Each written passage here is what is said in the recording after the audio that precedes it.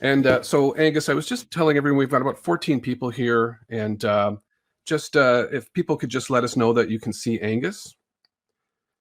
You can see in here. Thanks, Michael. And so, Angus, I just love your book.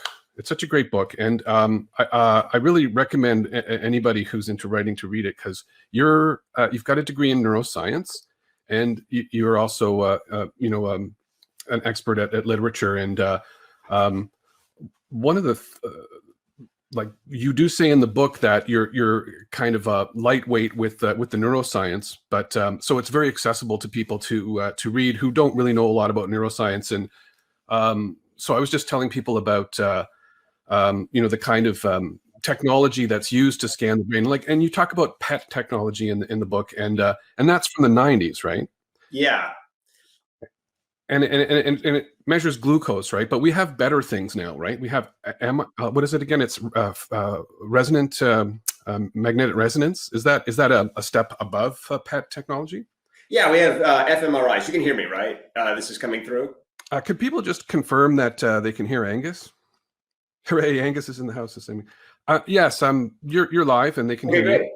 Yeah, so I can talk very briefly about the techniques. So I mean, my background is in neuroscience. Ultimately, I trained for 4 years in a neurophysiology lab at the University of Michigan in the medical school. We studied how neurons communicated with each other using a variety of weird mad scientist techniques. And since that point, I've gone on. I got my PhD in literature at Yale.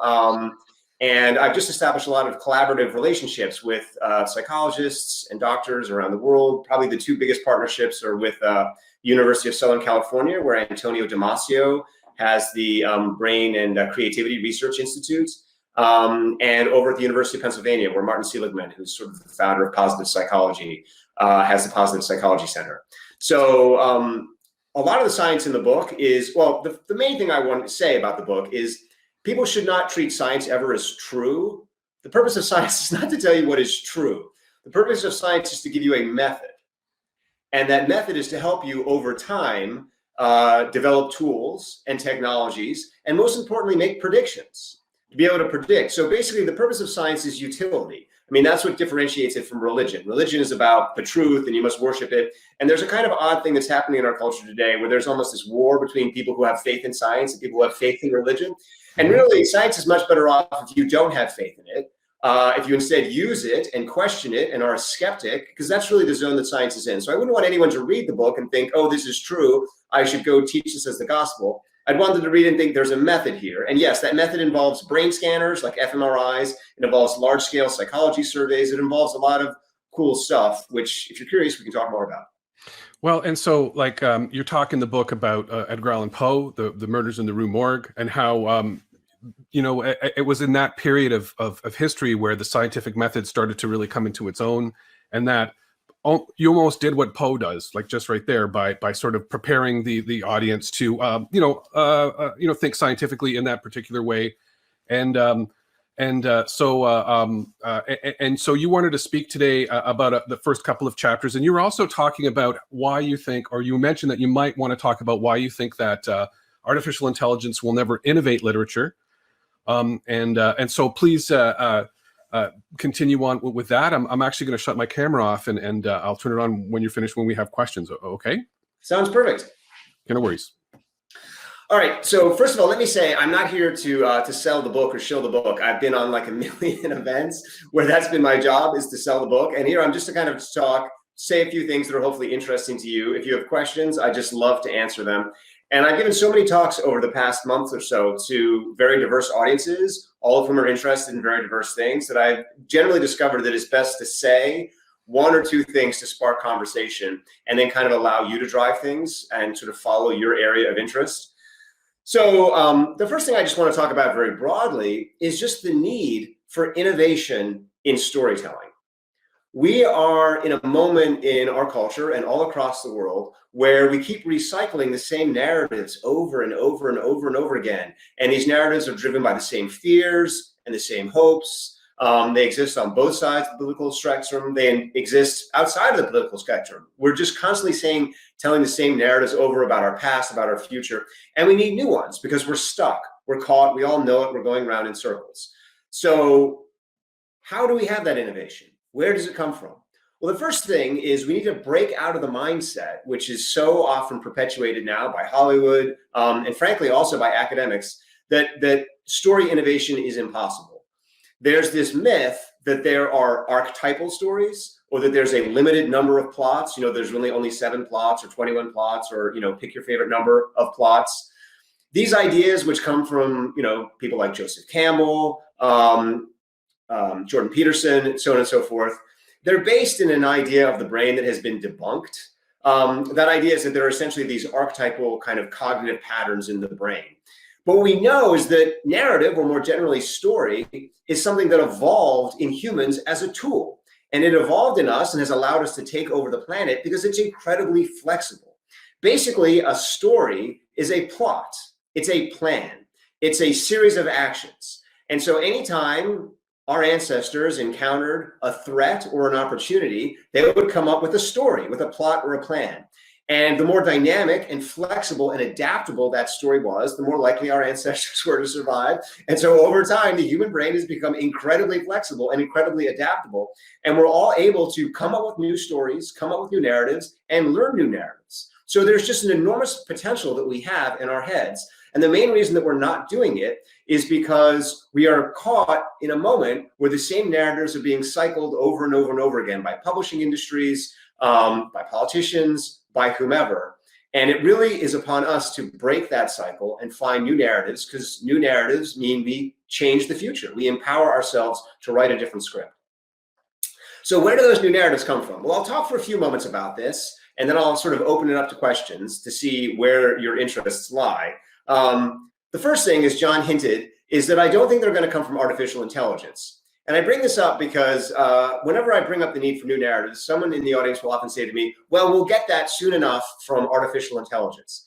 And I've actually done a series of proofs, which you can read in academic journals, that explain why computers are incapable of coming up with new stories. And the short explanation for this is that neuroscience reveals that there are actually 2 different mechanisms of intelligence in the human brain. One of them produces logic, which is what computers can do. And the other one produces something known as causal thinking, which is the basis of narrative. And neither of them requires consciousness. A machine can do either of them, which is why computers, which to our knowledge are not yet conscious, can perform logic quite happily. And it's also why there are lots of worms and animals and also unconscious parts of the human brain that very happily storytell, that produce action scripts that allow them to respond dynamically to their environment. And what that difference means, and the fact that it's a mechanical, not a consciousness-related thing, is that even if computers were someday to become conscious, they would still never be able to storytell. They're never going to be able to save us from ourselves. If we're going to save the world, it's up to humans to do it. So what humans are going to do it? Well, it's probably not going to be the publishing industry, which at the moment is collapsing, as I can say, as someone who works quite a bit with the publishing industry and is terrified, which makes it risk conservative. It's probably not going to happen in Hollywood, which is another industry I work a lot in, which is also terrified and essentially becoming an industry for running theme parks. I mean, basically what Hollywood wants is a movie that it can sell to children, that it can then market into Happy Meals and amusement parks. It doesn't want something innovative. That damages its brand. It wants to keep recycling the same stories over and over and over again. So if we're going to get new stories, they're probably going to have to come from independent authors. And I'm going to end just kind of brief introduction by suggesting a few tips that may or may not be helpful, or a few ideas I have as someone who works a lot with independent authors, who teaches a lot of creative writers, has the privilege to work with a lot of talented creative writers. A few tips I have if you're interested in maybe coming up with some innovative narratives yourself, some innovative stories yourself. The first is that because literature is a technology, and by that I mean it's something that we make to solve problems, the key to writing innovative literature is to tackle real unsolved problems. Most Hollywood movies tackle fake problems, such as a supervillain who attacks us or whatever. But real problems are problems that exist in the human head. We all have those problems, you know. We have unresolved griefs, anxieties, ways in which our kind of biological brain is misfiring or malfunctioning, things that could be working better, and problems in our world. So innovative literature identifies those problems, those real problems, and tries to come up with real solutions to them, which narrative can do, because narrative is an action plan. Narrative is a script. narrative is a way for encouraging people to do things differently.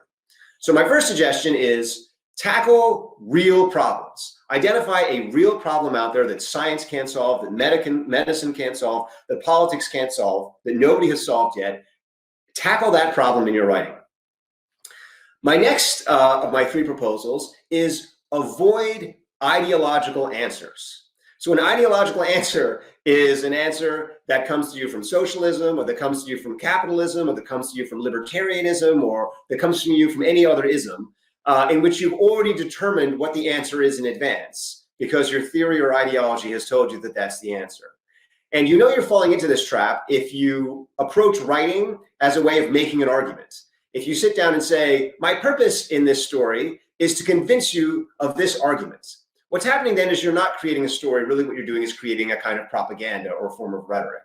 And what you want to do instead is, or what we want to encourage writers to do instead, is let go of the idea that there are absolute answers to problems. And instead open ourselves up to the idea that there are new, flexible, undiscovered answers to these problems that we can find, and writers can find, by creating stories. And then as they're creating the story, experimenting and playing and going along with the narrative and seeing what the narrative creates. So thinking, in other words, of writing as a creative act as opposed to an expressive act or a communicative act or telling people what to think kind of an act. So that's my second suggestion, try and avoid ideology. And then my third suggestion and my last suggestion is, if you can, tap into the full resources of narrative and emotion. And what I mean by that is, I'm someone, I've had the privilege to work on a lot of film-cadic properties, kind of adapting them for Hollywood and whatnot. A lot of experimental writing is brilliant, but also very hard to access because it's very conceptual. It's very idea-driven. And it's not necessarily something that an ordinary reader could just pick up and get engrossed in.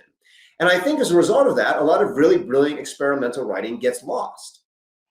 And so one of the things that I try and do is I try and encourage experimental writers, innovative writers, writers who are kind of on the margins or are trying new stories or trying new ideas or what have you, to not be afraid of stimulating empathy in an audience or curiosity in an audience or suspense in an audience or doing any of those kinds of traditional emotional and narrative things that we know sells pulp literature.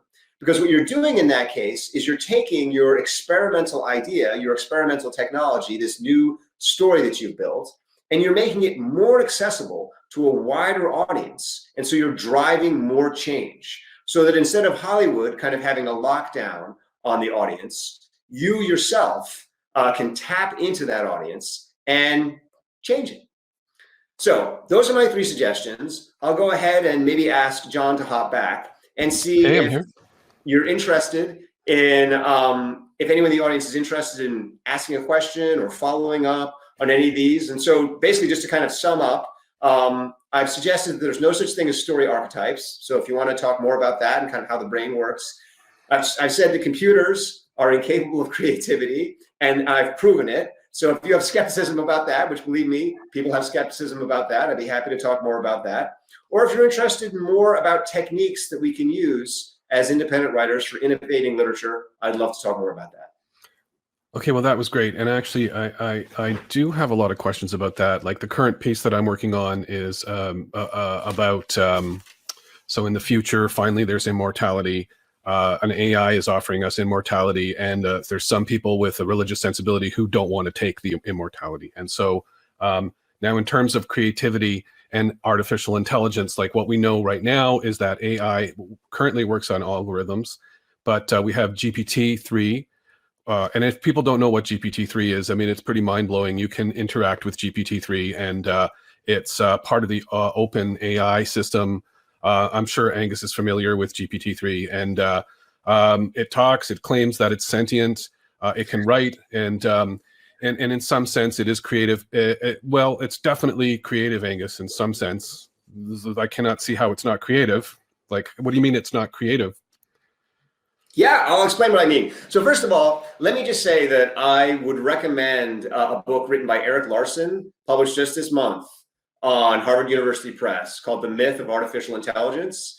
And Eric and I are friends, so I'll just put that out there, and he and I are working on some projects together. possibly for the US military and DARPA on AI. So, there's a little bit of bias here, but his book has been celebrated by Peter Thiel. It was named by Amazon. It's Global Book of the Week for the science section. It's really good. And he's someone who has spent his life doing natural language processing. All these, GP3 and Microsoft's, Turing, scripts and all these kinds of things. And essentially, the problem with all of these is that they can only understand nouns and adjectives. And so what they do is they convert verbs into a form of noun or adjective, which means they delete action. They're incapable of thinking in terms of action, which means they're also incapable of thinking in terms of time or progress of time. And so they're very able to seem intelligent when they're talking in the present tense, when they say things like this is that or that is the other thing. And they're also very good at kind of mimicking, imitating humans, sort of like recycling things back, but they can't actually plan or plot because that would require them to actually have actions and understand how action works as action, not as a noun or not as an adjective. So they can't create in the sense of making new actions. What they can do is generate new texts by kind of randomly shuffling things around and seeing what's statistically likely to aggregate. But they can't actually come up with a plot. Like the plot that you came up with for your new novel, GPT-3 would never come up with that in a million years. And if it came up with it, you wouldn't know that it had come up with it. And so I think with AI, and just to play devil's advocate, because I think I do agree with you, but as it gets to a certain level of complexity, that the complexity itself is what generates self-awareness, right? And so it's the question as to what consciousness is. And just as an aside, because it's part of the conversation, like Penrose is talking about basically sort of quantum mechanics and consciousness, and whether consciousness is the result of like something that emerges because of complexity. And I don't think we know that answer yet, but that's a different subject. But I do want to just sort of like, I'm in the stage area with the chat. And so if people have specific questions, you can just type them in the chat. I do want to just talk about your book some more, and I want to get sort of more basic, because at the beginning of the book, and I think it's a central theme in the book, you talk about this thing called stretch, right? And I just want to because first of all, now on the, from my understanding, basically it's like the most basic thing in the world. It's basically, I guess stretch just means imagination, or stretching the truth. Like, what exactly do you mean? Yeah, okay, all right, I'll explain. All right, so first of all, yes, well, just to seal off the AI conversation, I want to make it clear that even if the computer becomes conscious, and I think that it's possible that they will, it still won't be able to create, because creativity is not a feature of consciousness. It's a feature of an ability to do a mechanical act. And that mechanical act, whether or not there's consciousness involved, is what generates creativity. But we can cycle back to that later, because I agree that computers might become conscious. I agree all those things. Still doesn't answer the basic problem. It'd be like if an airplane became conscious. Would that mean that it could time travel?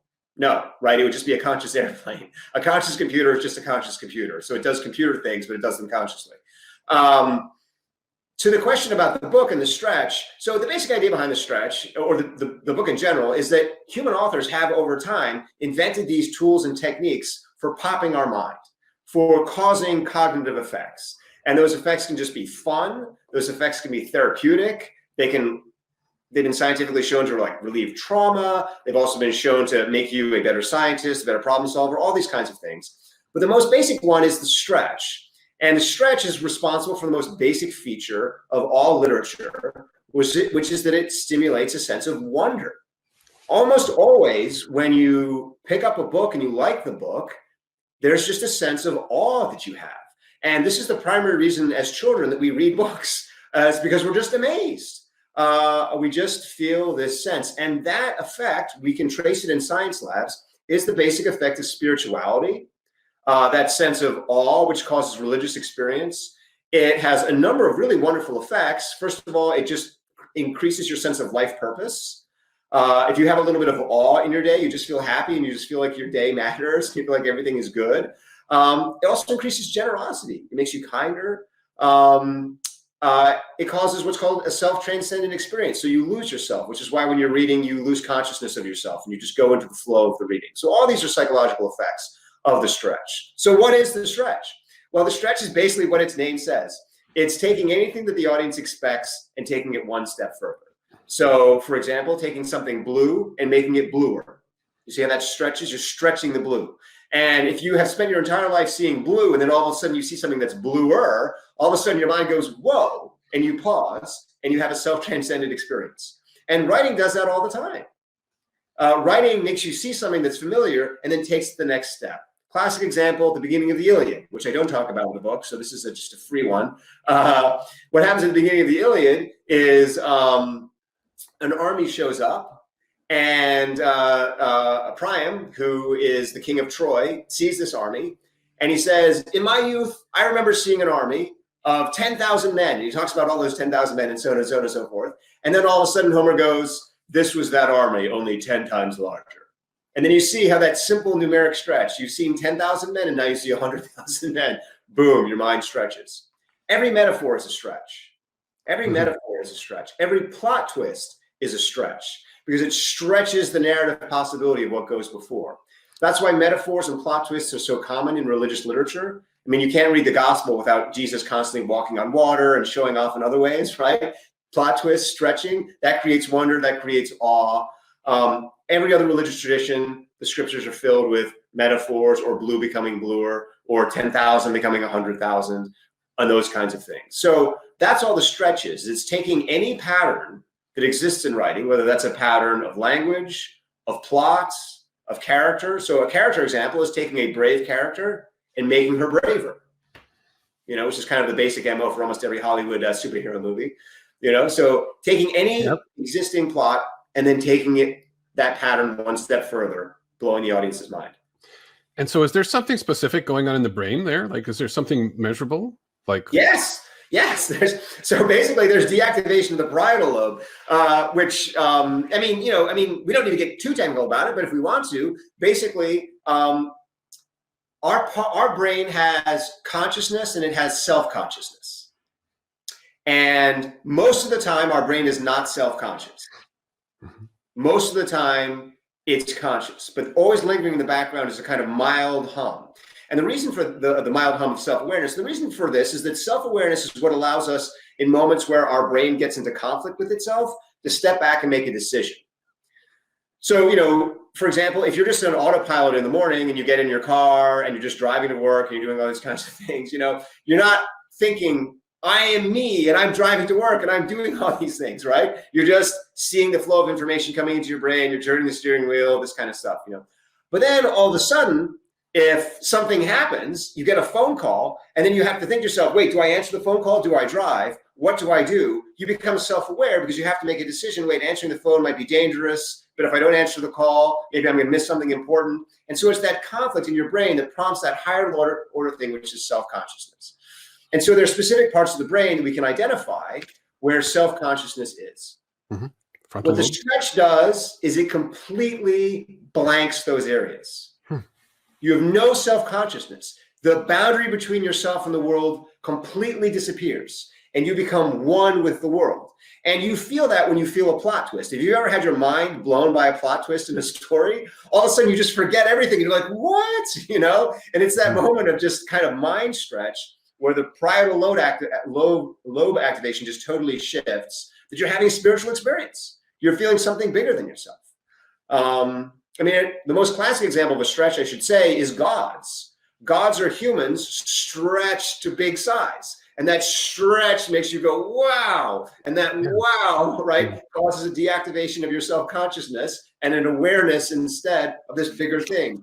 So does that kind of make sense? Is it kind of basic? It elucidated it, like, absolutely. It's, and like, you know, when you started talking about opera in the book, it started to really sort of sink in some of the concepts. At the beginning of the book, you talk about how these are technologies. Yeah. And you have a specific definition of technology. And so the stretch being a very old technology. And so in what sense is it a technology? Okay, yeah, so I get this question a lot because people sometimes think that I'm being kind of like metaphorical or that like I just have this kind of like writerly conceit and I think, oh, it's a clever thing. No, it's literally a technology. So what is a technology? A technology has two parts to it. One, it has to be made. Humans have to make it, or in theory, some other species can make it, but we're humans, so we'll just stick with it has to be made by humans, you know, it has to be made. And then secondly, it has to solve a problem. The technology has to solve a problem. That's why we invent technology. So language is invented to solve the problem of communication. Fire is invented to solve the problem of being cold at night. You know, knives are invented to solve the problem of getting food, because our ancestors used to kind of scrape off the extra meat from the skin of animals and so on and so forth. That's the kind of origin we think of flake knives. So then you say, okay, well, literature is clearly invented. I mean, we have a residue of this in words like poet, poesis comes to us from the Greek, which essentially means maker. Fiction comes to us from Latin, which means something constructed, something made. So we have this kind of inheritance. I mean, and we all know that's what a poet or a fiction writer does, is they invent something that hasn't been there before. So the question is, okay, if it's a technology, what problem is it solving? And I say in the book, well, it's solving a lot of problems, but they generally fall under the problems of us, of our own head. Mm-hmm. So the first major problem that we have as humans is our search for why. Like, why are we here? What are we doing? This is this weird thing that happened because we're the animals that woke up. We're the animals that became self-aware. Prior to us, animals were just kind of going around doing stuff. You know, they were motivated by pleasure and pain and all these kinds of things, you know, and they didn't think too hard about it because they just ran away from things that were painful and went towards things that were pleasurable. But we humans have woken up. We have this ability to kind of see in a kind of more general sense. And we start asking, why are we here? Where did we come from? Where are we going? And this causes enormous existential crises. All of us probably at some point in our life have had an existential crisis where we're like, what am I doing with my life? You know, it's this amazing, weird thing that I've been given. And am I wasting it? Should I be doing something else with it? What is going on? What is my purpose? And literature answers that. Literature answers that purpose in all sorts of ways. One basic way we've just talked about, which is with the stretch, it gives us a sense of awe. It gives us a sense of wonder, which just calms ourselves down emotionally. It makes us feel like life is meaningful. So even without giving us a specific purpose, it gives us that emotional sense of this day meant something. But narrative, of course, can also give us purpose in the sense that it can give us an action script to follow. I mean, how many times have you read a book that's envisioned a different future and been like, I want that future?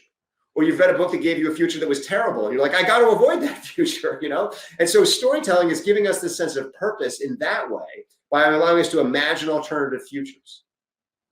Other problems that go on in our head, I mean, the main problem that our head has, I think, is that we're largely emotional. We like to pretend otherwise in the modern world, but the reason we're largely emotional is because emotion is the driver of human action. If you think you should do something, you almost never do it, if you just think you should do it. But if you feel you should do something, you almost always do it. And that's just a reflection of the fact that emotion is just such a powerful driver in the human mind. But our emotional system is also incredibly ancient and incredibly dysfunctional and causes huge problems all the time. So our brain is always getting angry all the time. Our brain is always getting lonely all the time. Our brain is always getting sad and depressed all the time. All these problems that our brain has. And one of the most primordial effects of literature is just to read something and feel better. One of the early things that literature does is it comforts you when you feel lonely. It can soothe you when you feel grief. We've all had these kinds of primary experiences, you know. Greek tragedy was invented as a form of trauma therapy, essentially for military veterans. And then beyond that, it can take you to the next level. It can give you joy and it can give you courage and it can give you just the most extraordinary benefits, all of which I outline in the book and give you blueprints for all of them. Yeah, and you give very specific examples of what you consider to be technological innovations all throughout the history of literature. And Angus, we do have some people asking questions. I have Leah, Michael, and Christina. And Leah asked her question a while ago, so I do want to get to that. Leah is saying that she needed to hear what you said about avoiding ideological answers, but she's wondering how can I avoid this?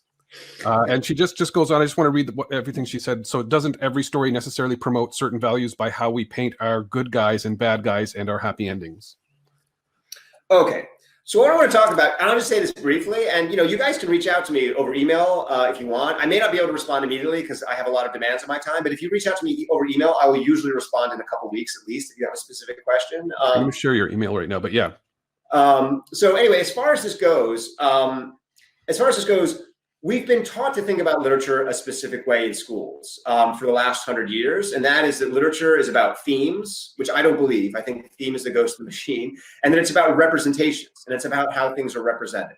These are actually not how literature really works. It works a different way. I won't go into boring you about it, but the way to avoid getting caught in that trap is to focus on your characters and the world that they're in. So the way that literature works best as an exploratory device is when it is literally a laboratory experiment. Create a unique world. So John's already given us a unique world where people have invented immortality. So that's a world. It's our world, only it has this one extra twist in it, which allows us to explore different possibilities. Then you create your characters.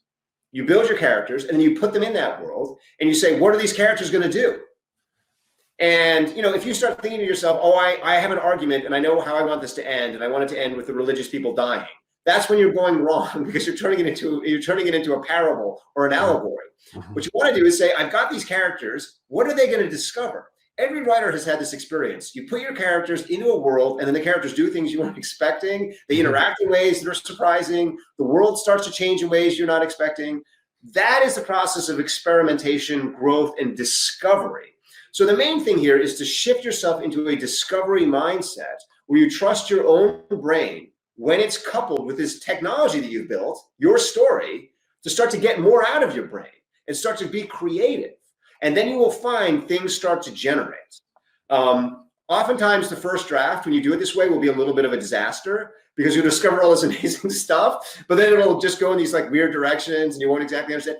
Then what you've done, once you've done that, put it aside, work on another project for another month, and then go back to it and then shape it. Do the shaping. But the way to avoid ideology is to allow the experiment to run. It's an excellent answer. Thank you. And so Michael is asking if AI is incapable of creativity, but about a human author working with a machine brain interface like Neuralink, a human with a hitherto unconceivable level of encyclopedic knowledge. I think in that context, the human would have creativity, and we are not unlike an Android not an Android, but we already are cyborgs in some sense, ever since we were driving cars or perhaps even using hammers, but whatever. So in that sense, I guess a human would be creative if they were an interface, if they were like a cyborg. What do you think about that? Yes, absolutely. Yeah, and I'm not against I believe that we're going to build an alternate form of technology, an alternate form of AI that will essentially be human in the future. It's just not computers. Computers are just remarkably stupid and limited. And one of the things that's happening is we're stopping ourselves. And basically there's this giant corporate propaganda around machine learning that has completely taken over from where the real technological innovation should be happening. And that's mostly what I'm resisting. We just have this giant army of people like IBM. They're out there like, oh, Watson can do this, that. No, none of them can do any of that. Yes, absolutely. If you hooked a computer up to a human brain and you gave the human brain the internet, basically, which I take to be saying, then absolutely you could get creative ideas. The problem is that you would find that the human brain would get very quickly overwhelmed because the human brain can't actually process that amount of information that quickly. And so the way that human brains work, which is different from computers, is instead of using a lot of information, we focus in on one or two pieces of information we consider special. And then we leap off of those. So a computer takes all the information and crunches them into a point. Humans take one piece of information that seems weird to us and jump sideways with it. That's where creativity comes from. It actually comes from less information, not more. So if you fed a human tons and tons of internet information, I don't know that it would make them more creative. It would probably just cause them to have a nervous breakdown. What the future does hold potentially is a new kind of AI modeled on the way that humans operate that could both think sideways and also get a lot of information. And that seems to be what John is talking about in his novel. I think we'll probably invent this. It's a hardware problem. It's a hardware problem. My guess is we'll probably invent it in the next 50, 100, 200 years. I don't know when. But my main attack on AI is not an attack on progress or futurism. My attack is that we are giving all this money to corporations now to do machine learning and to build language processors, which are never going to work. And it's a boondoggle. It's like in the 19th century equivalent of snake oil or something, and we want to stop giving those people money so we can invest it in areas that actually matter. And one of those areas, frankly, is encouraging new writers. And so we have another question here, and this question is from Christina Laporta. Could you talk about rhetorical analysis connected to your field of interest, neuroscience? Let's face it, people don't study rhetoric and its importance for creating a mood, a feeling, etc. Angus, I go to French movies of interesting narrative, and no, they don't always delve into relationships, love, and affairs. You do talk about this in your book, Rhetoric, in relation to, I'm sorry, Frederick, the name is escaping me. Yes, Frederick Douglass, right? That's Christina's question about rhetorical analysis connected to the field of neuroscience. Yeah, absolutely. So first of all, I mean, this is like my favorite question of all time, because technically my field of study is known as rhetorical narrative theory. I'm a rhetorical narrative theorist, and kind of, my big kind of twist is that I add neuroscience to that. So traditionally what rhetoric is, I mean, it was invented in the ancient world, is it's studying the effect of a narrative or an argument or anything on an audience. And what you say is that what I'm doing as a rhetorician is I'm not focused on creating stuff that's internally true the way a logician would, but I'm focused on creating things that have an effect that I want, that, maybe create courage in my audience or empathy in my audience or have other kinds of positive effects. And what my work basically does is it says, we can take neuroscience and kind of take that one step further. Neuroscience is not perfect. It's not like kind of like magic answer to everything, but it allows us to get more information in that direction. And when we start thinking that way, that's where innovation comes from. The reason that modern Hollywood is so conservative is because they just want to keep reproducing the same formula over and over and over again. It's always the same formula, and they're scared to go outside of that formula. With rhetoric, what you do is you can move backwards from your effect to form. So you can move backwards from function to form, from what you do to how you do it. And that means that if you're focused on the effect, the form can be flexible, because you can keep changing the form to create whatever effect that you want. And that's where dynamic innovation comes from. So personally, I think we should be teaching a lot more rhetoric in school. We should be emphasizing rhetoric. We should be emphasizing that when you go to a movie, you shouldn't be focusing on the plot or the structure. You should be focusing on what it does to your head, its effect, its influence. Rhetoric has a kind of, I think, negative connotation nowadays, because it's often used in political arguments to attempt to kind of convince people to think that you're right. And what I often say to people is the most effective use of rhetoric is on yourself. When you're trying to use rhetoric to kind of tell other people how they should think or persuade other people, which is how it's usually taught in school, it really turns life into a kind of arms race where we're all searching for the next argument to kind of brainwash each other. But when you focus on rhetoric as a way of changing yourself, when you say, I'm the audience, then what that does is that empowers you to say, what do I want to do with my mind? Do I want to have a mind that has more love in it? Do I want to have a mind that has more curiosity in it? Do I want to have a mind that has less grief in it?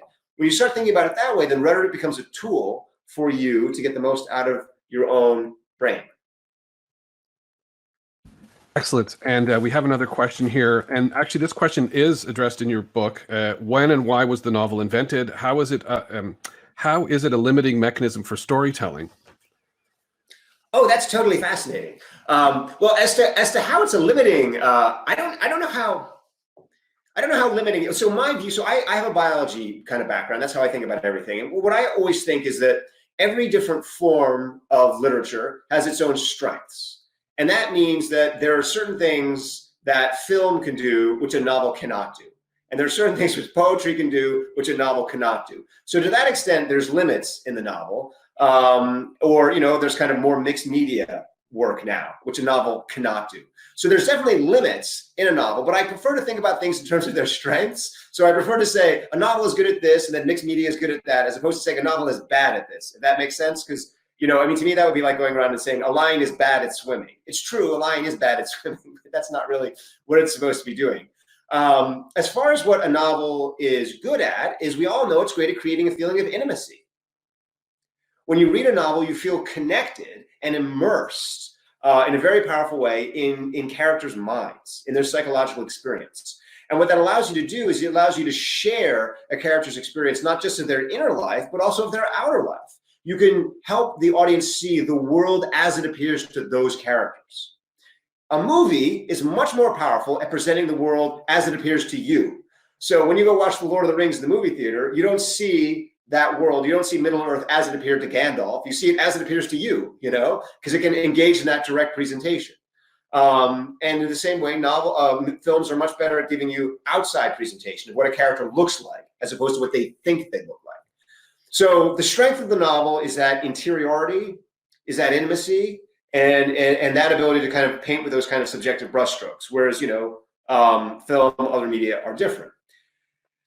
The origins of the novel are completely fascinating. I do talk about this at length in the book in a couple different chapters.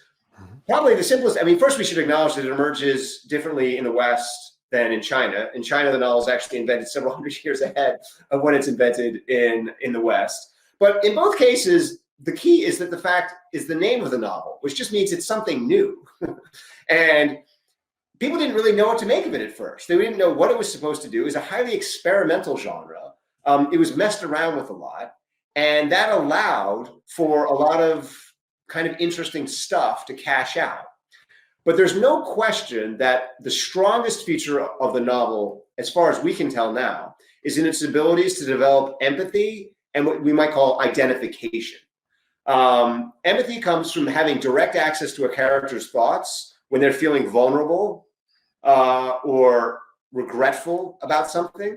And so almost any novel you read nowadays, it will make you care for a character. It will make you feel that sense of empathy for them because you'll get direct access to them in a moment of feeling vulnerable. It's also great for developing identification. And identification is this crazy technology invented by Shakespeare in Hamlet. Hamlet's the first character. He walks on the stage. People start identifying with Hamlet. No one had ever done that with a literary character before. They'd always seen from outside. And the reason for it is this thing called the soliloquy. I don't really have time, I don't know, to describe it here, but it literally hacks your brain into thinking that you're Hamlet. It hacks the kind of self-consciousness circuits of your brain to make you think that you're Hamlet. And this is so extraordinary that what happened after Hamlet is everyone thought, oh, that's weird. We're not going to kind of repeat that. Shakespeare was actually in his own time. People were just like, this is too odd. Then a guy called Pierre Corneille in France in 1637 premieres a play called The Cid, which also has a soliloquy. And what happened is audiences saw a soliloquy and started identifying with the main character of the Cid so powerfully that they started standing up in their chairs and interrupting the performance because they would like basically attempt to run on the stage and play the part themselves. And the French authorities were like, what is going on? Shut this down. Stop it, stop it, stop it. So that basically was the end of the soliloquy in French theater. It was banned and it was outlawed. It didn't show up again in English theater either for a long, long time for, somewhat similar reasons. But it starts to show up in the novel in the early 18th century. Robinson Crusoe, Sorrows of Young Werther by Goethe in Germany, because a soliloquy is a character having an argument with themselves. And so when you read these novels, these characters start to have these inner arguments. Rather than saying, this is what I think, they say, I think this, but I also think this, to be or not to be. And that conflict becomes one of the kind of defining features of a lot of novels, as characters struggle back and forth. That builds identification. What ends up happening then is we start to identify with the characters in the novel, and we identify with them even more strongly than characters on stage, because when a character's on stage, we can always see that character's not me. Hamlet's there, I can't really be Hamlet. But when you're reading a novel, your brain can be tricked to thinking you actually are the character. Same thing if you read Hamlet on the page. You can actually be tricked for a moment into thinking you actually are Hamlet or are Lear. So the great breakthrough of the novel, it seems, is to build these empathy and identification, bond us to characters like we've never been bonded before, shift the focus of writing, which had before that been on plot and world, onto character, and just create this whole new industry where people wanted to live other lives and pretend that they were other people.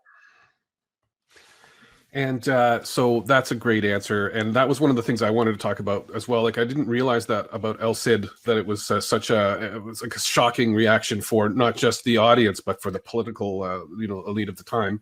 But just to talk about a little bit more of the things in your novel. So I do want to talk about the part about Sappho, just because I think for me, it was a revelation. And so can you just talk about what Sappho, what technical innovation that Sappho was responsible for? Yeah. So this blows my mind too. And I should say, I'm a huge Sappho fan. I think she's just an amazing poet. And it's a tragedy we don't have more of her work. But basically, we have to be honest and say that there's a lot of oral literature that we don't have access to. Right, so Sappho being an ancient poet from the island of Lesbos, contemporaneous with Plato, or but anyway, just in case people didn't know who. Oh, right, yeah. So she's a couple hundred years before Plato, probably about 100 years after Homer, around the 6th century BCE, we think. lives on this island of Lesbos, which is basically all the way at the end of the Mediterranean near Turkey. And at the time was not associated with lesbianism. She gave it, that's where I get the name lesbian from her. I thought it was, but okay. No, no. Just in my mind. It has been subsequently, because her poetry is filled with a lot of kind of, well, obviously queer storylines, and hence. But yeah, so basically she starts writing this new form of poetry, which is lyric poetry written in the voice of the I. I say this, I do this. And prior to this point in history, in literature, the I had always appeared inside of epic poetry that was ultimately written from a larger third-person perspective of a god, of a prophet, something like that.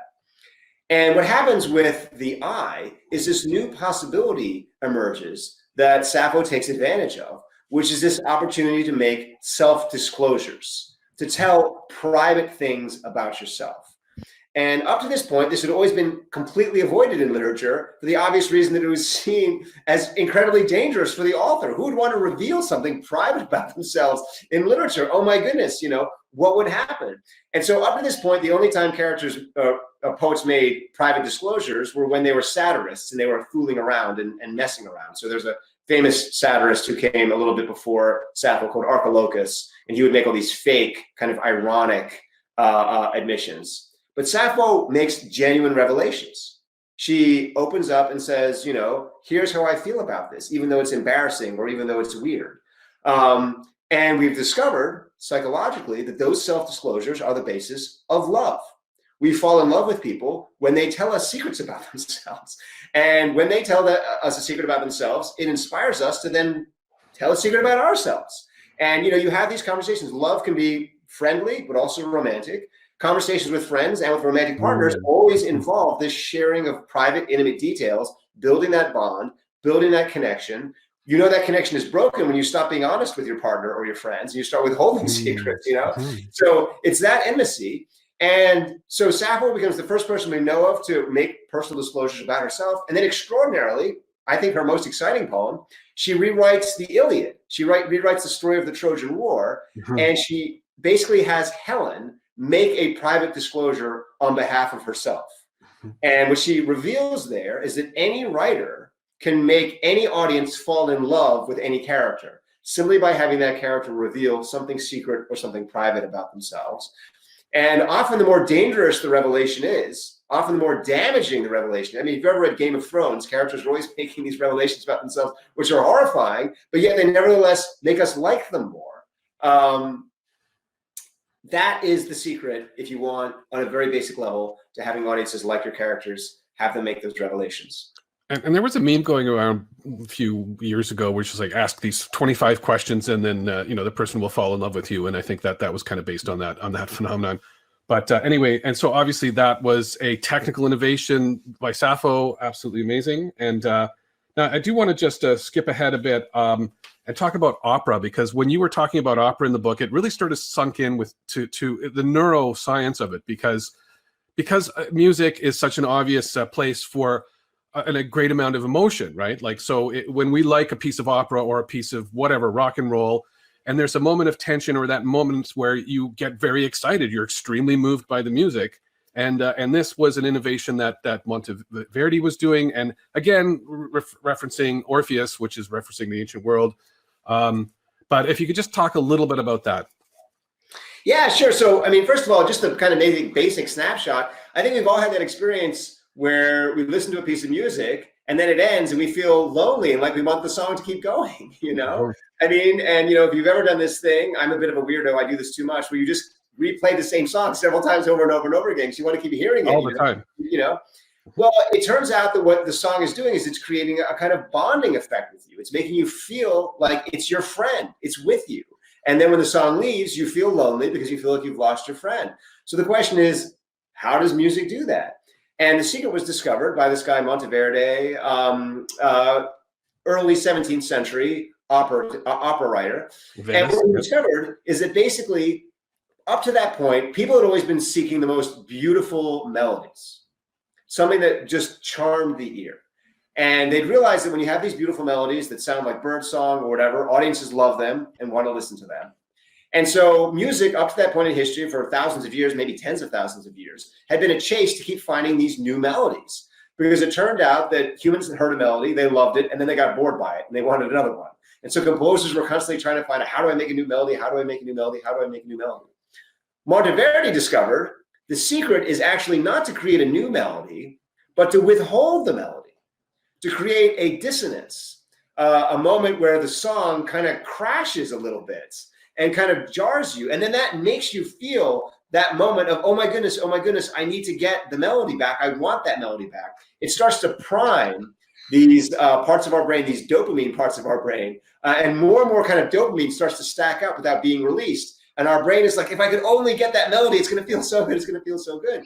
And so it's this process of delaying and kind of having these sonic discords as opposed to melodies until finally the song gives us that melody that produces the ultimate bonding effect of music. And you'll notice this in opera. Opera gets increasingly dissonant all the way through the 19th century until you finally get, Wagner and whatnot, with just incredibly dissonant operas that have incredible neural payoff at the end if you can follow them. Stravinsky, yeah, absolutely. And then, of course, 20th century music, people just gave up on the melody and it's just dissonance, and that doesn't work.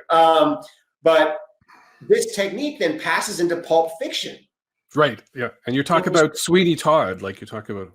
Sweeney Todd and Barney the Vampire and all these 19th century penny dreadfuls, where they're just filled with like dissonance. And then towards the end of the chapter, they give you like a partial melody, and then they break it apart. And then they break it apart just at the moment we have to go out and buy another issue.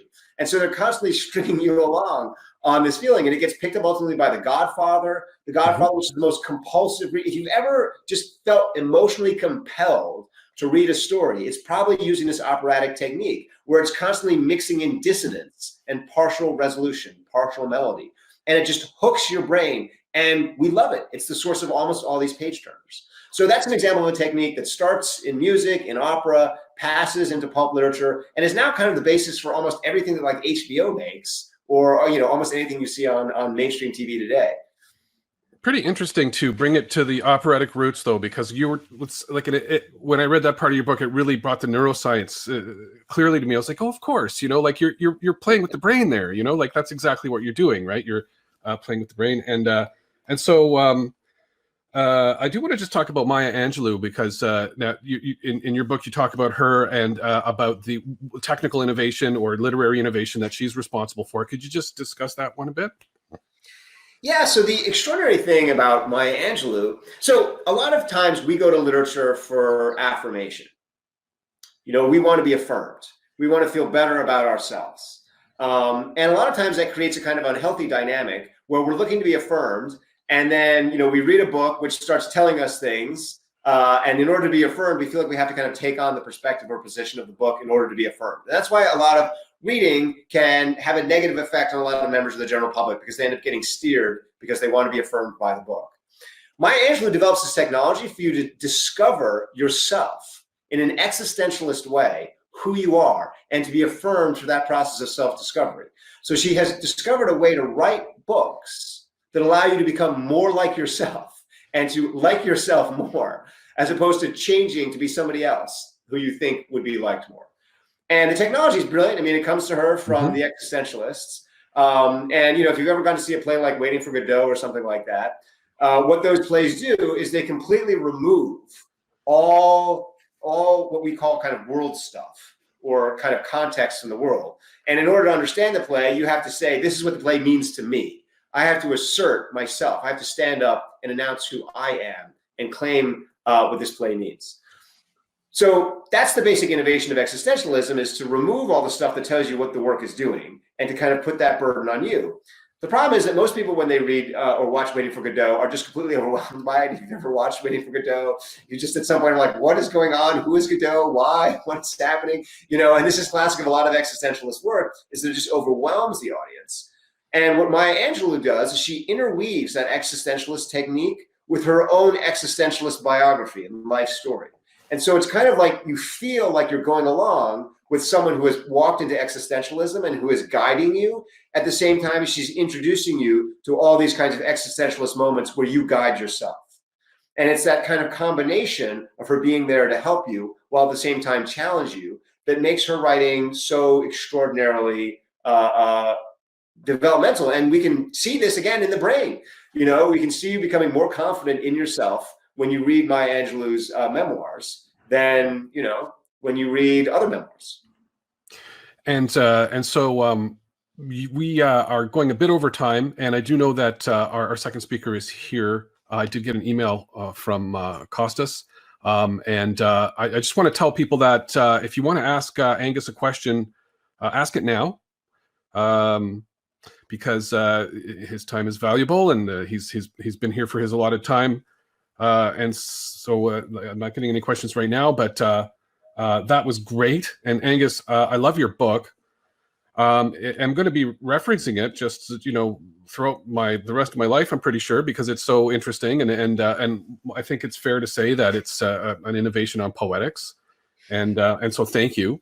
And I did share a link in the chat for that book. And do you have more time, or is your time precious to you today? Or well, my kids are out of the house. I send them out of the house, so I have another 5 or 10 minutes if you want to ask me questions. But also, if you don't, I'm also happy to turn it over to the next speaker. I don't, you know, completely up to you. Well, I do have some more questions. So tell us a little bit more about Project Narrative. Okay, yeah. So Project Narrative, this is this place where I work. People often ask me, why am I in the middle of Ohio? I'm not from Ohio. I'm actually an Englishman. You can't tell because I lost my accent. And, you know, I spent most of my life on one of the coasts or the other. You know, I trained on the East Coast, and then, you know, I worked at Stanford, you know, did a lot of stuff in Hollywood as a professor. And then I just moved to the middle of Ohio. Why am I in the middle of Ohio? The answer to that is that we have the world's leading academic institute for the study of stories here. So here in the middle of Ohio, we know more, me and the other faculty here who've been recruited, you know, from like better places than me, study how stories work and how stories can be innovated. And the kind of big breakthrough that Project Narrative made before I got here was to focus on stories not just as the product of an author, but as the product of an audience. And so what happens is when you think about stories as something that comes into being because of the relationship between an author and an audience, it becomes a scientific experiment in which the author is trying things and often just kind of messing around, and the audience is providing feedback about what's working, and then the author is taking that feedback and then changing, and the tighter and tighter and tighter you can get that relationship, the more you can have these experimental breakthroughs. That's why someone like Shakespeare was able to innovate so rapidly. I mean, he was this writing playwright. He was sitting in there, writing new plays, 3 plays a year, watching as the audience responded, going back, trying new stuff, that kind of tight relationship. And so the reason we're in the middle of Ohio is because Ohio is kind of ground zero for America. Basically, it's you know, it's both the East Coast and the South and the Midwest in terms of its demographics. And we get very representative audience samples here. So when we do our mad scientist experiments, that's what we do. And in addition to you know, kind of partnering with a lot of places in Hollywood and whatnot, we partner with a lot of businesses. I'm partnered with the Department of Defense to see if we can kind of maybe fight less wars by making people more creative and coming up with more kind of creative narrative-based solutions to our problems, as opposed to, you know, what have you. So that's the kind of stuff we do at Project Narrative. And if anyone's ever interested in stories and how they work and that kind of stuff, you know, we are kind of we're the mothership for that. Cool. And so Project Narrative, you can Google that. And so I think what I'd like to do now is thank Angus again. Kostas is here, and if you do have any more questions, like, now's your last chance. So thank you, Angus. Where can we email you? So I will share his email, and you can email him because he's letting you.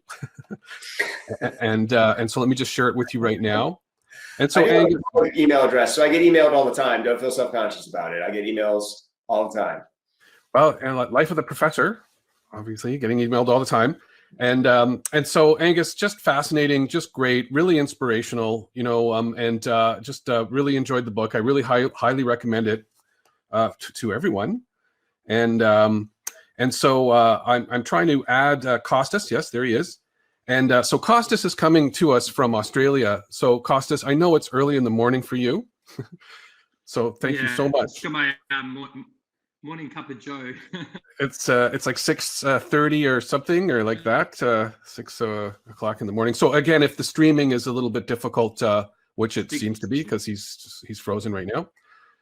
But what I think we could do right now, Kostas, is maybe if people need to like just go to the bathroom or whatever, we're going to start in 5 minutes. If you want to maybe just you could just turn your camera off, and if that's okay with you.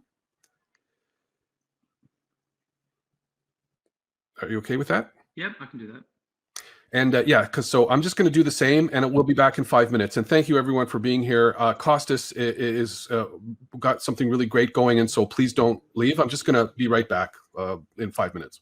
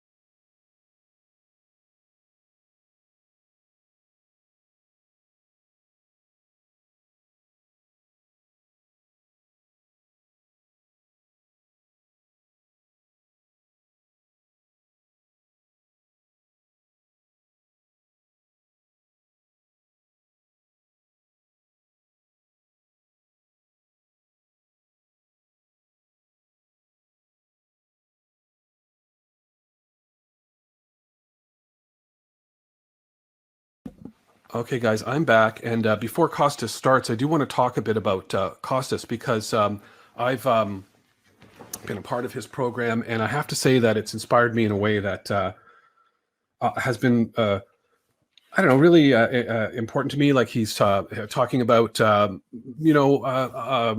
making the leap to becoming a writer, making it your full-time career choice.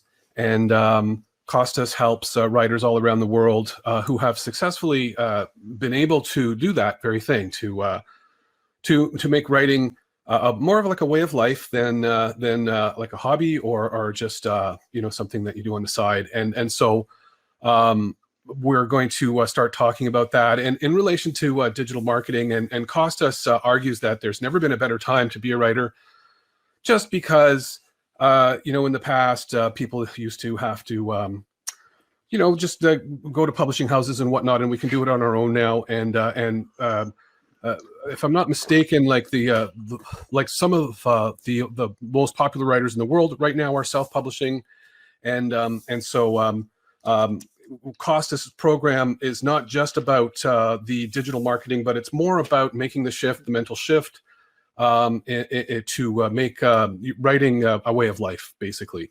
And so Kostas, I am going to just give it up to you now, and I'm going to give you the stage, but I'm going to keep my microphone on if you want to speak with me. So Kostas Ouzas from Australia, founder of Self-Publishing Hero. So thank you so much for being here, Kostas, and I see Charlie's here too. So excellent. Thanks, John.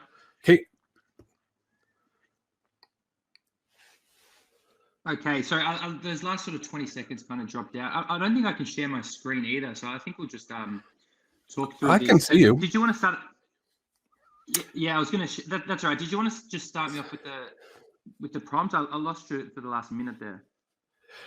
Sorry. So it's because you're so far away. You're in Australia. I was just saying that that your program is more about changing your mindset in terms of Yes. of making writing a way of life, and that Yeah, right absolutely. now, because of the digital world that we live in, that it's a better time to do that than ever before. Like we can self-publish, and there are examples, people that you work with who are surviving from their art, because they're basically they're forging their own audiences, finding them online and monetizing them in a way that's very good. And so so please just you can continue with that, and we'll just and anyone has any questions while we go, just type them in the chat.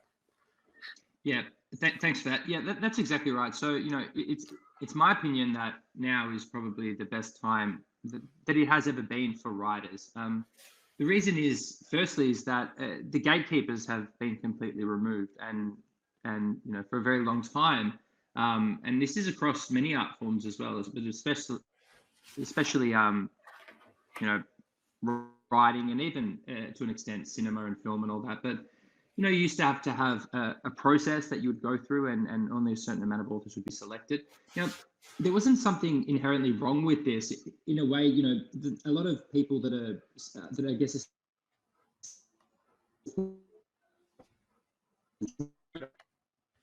that was allowed a kind of filter process. So the things that did get published were worthwhile. But that doesn't take into account the particular tastes of those publishing companies, and also the fact that they would only take on what they believe to sell well. Okay, and what they were trying to do always is create something that would sell the most, or something that could have mass appeal, and things that were a little bit more niche, a little bit more unique even, would kind of slip under the radar. And a lot of times these particular books could be very, very good as well. So with those gatekeepers removed, there's a lot of good, but it does put also a lot of responsibility on the authors themselves. So if you are going to be self-publishing, and I think that it very much is the best way to go about these days, is that you need to also ensure that the standard is very, very high. And whether that comes down to the way that your books are edited, or the cover design, or the manuscript design, and all that, the responsibility does fall on you. So this is what we lose from not having that traditional publishing model. So there's a lot to gain, but then there's also a lot of things that as self-published authors, we need to make sure that we're delivering, so we can be as competitive, as traditionally published books. Now, in terms, sorry, John. So in your course, you talk about just how important the cover design is, because we're focusing on Amazon, and Amazon has certain things that you need to do, like the look inside, for example, has to be really important to capture the audience, and so cover design. Although they say you can't judge a book by its cover, but it's extremely important in this particular modern context. And so there's a lot of things that need to be done right. Obviously, the quality of the work has to be there, and also the quantity. You did mention that a writer to successfusly have a career, it can't just be one book. It's better, having a series of books, or even books that are serialized is important for this whole process. And so you were saying that the writers that you are working with that are finding success with this have like 4 to 6 books. And so if you could just expand on that for a bit, that would be great. Yeah, so to your first point, and this is, I hate saying this sometimes, but I deal simply with the digital marketing strategies and how to sell the books. And if you were to look at the order of, let's say, importance of I wouldn't say importance is the wrong word, but the things that generate a sale in terms of importance. The first thing is probably the book cover. That's first. The second thing is probably the title of the book. The third thing is probably the book description. The fourth thing is probably the reviews. And the fifth thing is probably the content of the book. So in a way, the actual content of the book, the story, comes last. However, having said that, once they've downloaded the book and read it, content then becomes the most important thing. Because if you don't have a good story, if you don't have good characters, no one is going to then continue to buy book 2 or book 3 or the next book you have. So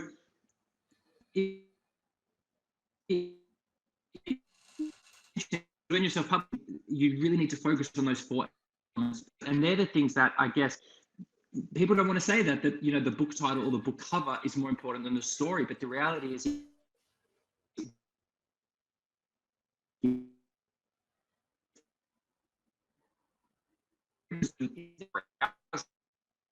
it's a huge department store with lots of little windows, and every single window is your book page, and we need to make that as attractive as possible.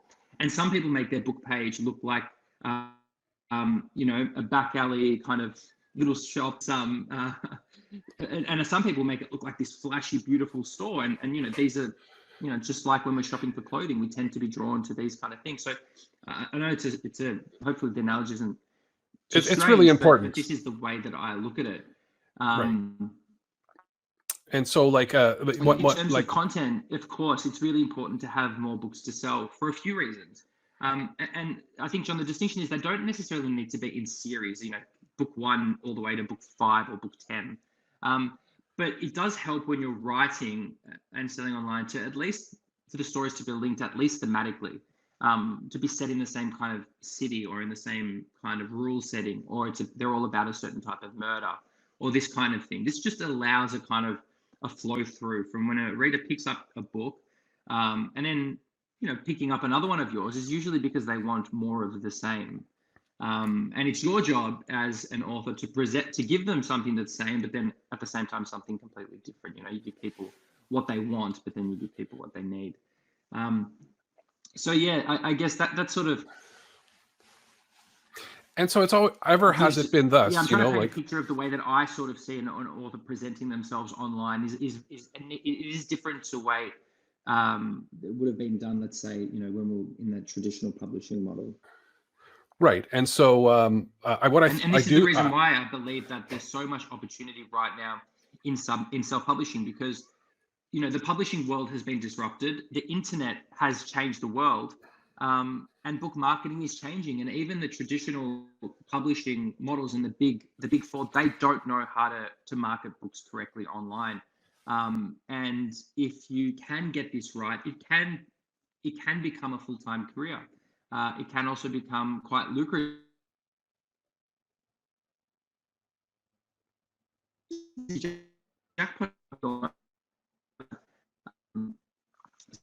So yes, that's sort of my perspective right now on the landscape. And so any questions about that, John, to follow through? Yeah. So not sure if you're there. actually, I'm talking. I don't know if you can hear me. Your idea on why I feel most authors fail at book marketing, because a lot of the authors that I speak to, I speak to about 80% of the ones that I speak to aren't really having success with their book marketing. And, right. The first thing is what we discussed before, is not having the top 4 elements in line. But then what happens is authors, they kind of fail to have a proven way to attract readers to their books and a system to follow. So if you're just waking up every day and your strategy is, let me get on Twitter and make some posts, or let me go on Facebook and make some posts, then unfortunately, this is nothing this isn't a system. This isn't a process hoping that things are going to happen. And I call it hope marketing for this very reason, because it's almost like authors are just hoping to book sales. A lot of authors that I talk to as well use what I call random acts of marketing. And this is basically when you just get an idea from a YouTube video or an idea from a blog post, and then you attempt to do it yourself. Again, this isn't a way to go about it. It's a feast or famine income, where you might be getting some sales sometimes, and other times no sales. I guess the disillusion that a lot of authors have when they're marketing and when they're trying to sell their books online. And it's not really because that their books aren't good or that there's no marketing to get to that readership. So a little bit more about creating an audience, which is really important, is that I truly believe that there's an audience out there for your books, no matter what genre you're writing in. The reason is that if you actually, there's a theory out there called the 1,000 fans theory. Now, basically what that means is that if you have 1,000 people who buy everything that you release, you should be able to forge a full-time career. If you look at the numbers, if you've got 1,000 people and your books are at $4 or $5.99 and you release maybe 2 or 3 books a year, I know that's a lot for most people, but that does start to add up. And finding 1,000 or 2,000 or 3,000 people that enjoy the type of books that you're writing is very, very possible. I've got an author that I work with who's very successful, and her books, it's about a dog detective. And again, that's very niche. You need to find people who like animals, people who like dogs specifically, and also people who like detectives. But within that audience, they buy everything that she releases, and she really hones in on this market, and she gives them more of what they want, and she structures all her marketing and presents all her books in the same way. This is an effective way to at least start off making a career online when you really drill down into something that's specific. And when you can find, let's say, it's almost like drilling for oil. When you find that audience, you just need to make the most of it. This is the way that authors see a lot of success online. And I guess then that leads us to the actual digital marketing and advertising, which for me is a way to scale once things are already going well. I think a lot of the times people think, authors think that the way that they're going to sell more books is just by starting to advertise. This isn't the case, because you really need to create an infrastructure that's going to allow you to make the most of that advertising. Advertising can also be very, very expensive. And this is the other reason why we talk about having a catalog. John was saying you should have a catalog, you should have a series of books, because sometimes the way that you're going to make a return on your investment is by not just selling one book, but by selling multiple books. And we need to have an understanding of the economics that drives, basically self-publishing in order to make a return. I've got an analogy that I use that I talk about the Wright brothers when they first worked on the first aeroplane, and I use this to talk about the infrastructure that you need. So I'll come to the infrastructure in a second, but basically,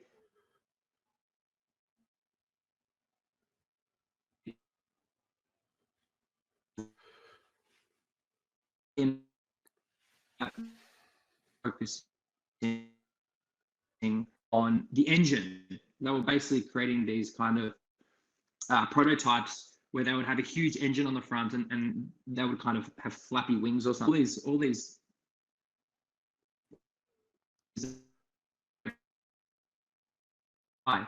dynamic. So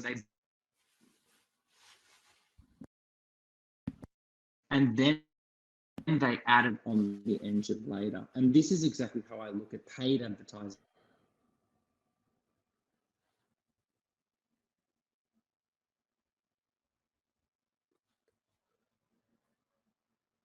Yeah, so I think we're having some issues with the fact that he's on the other side of the planet from me.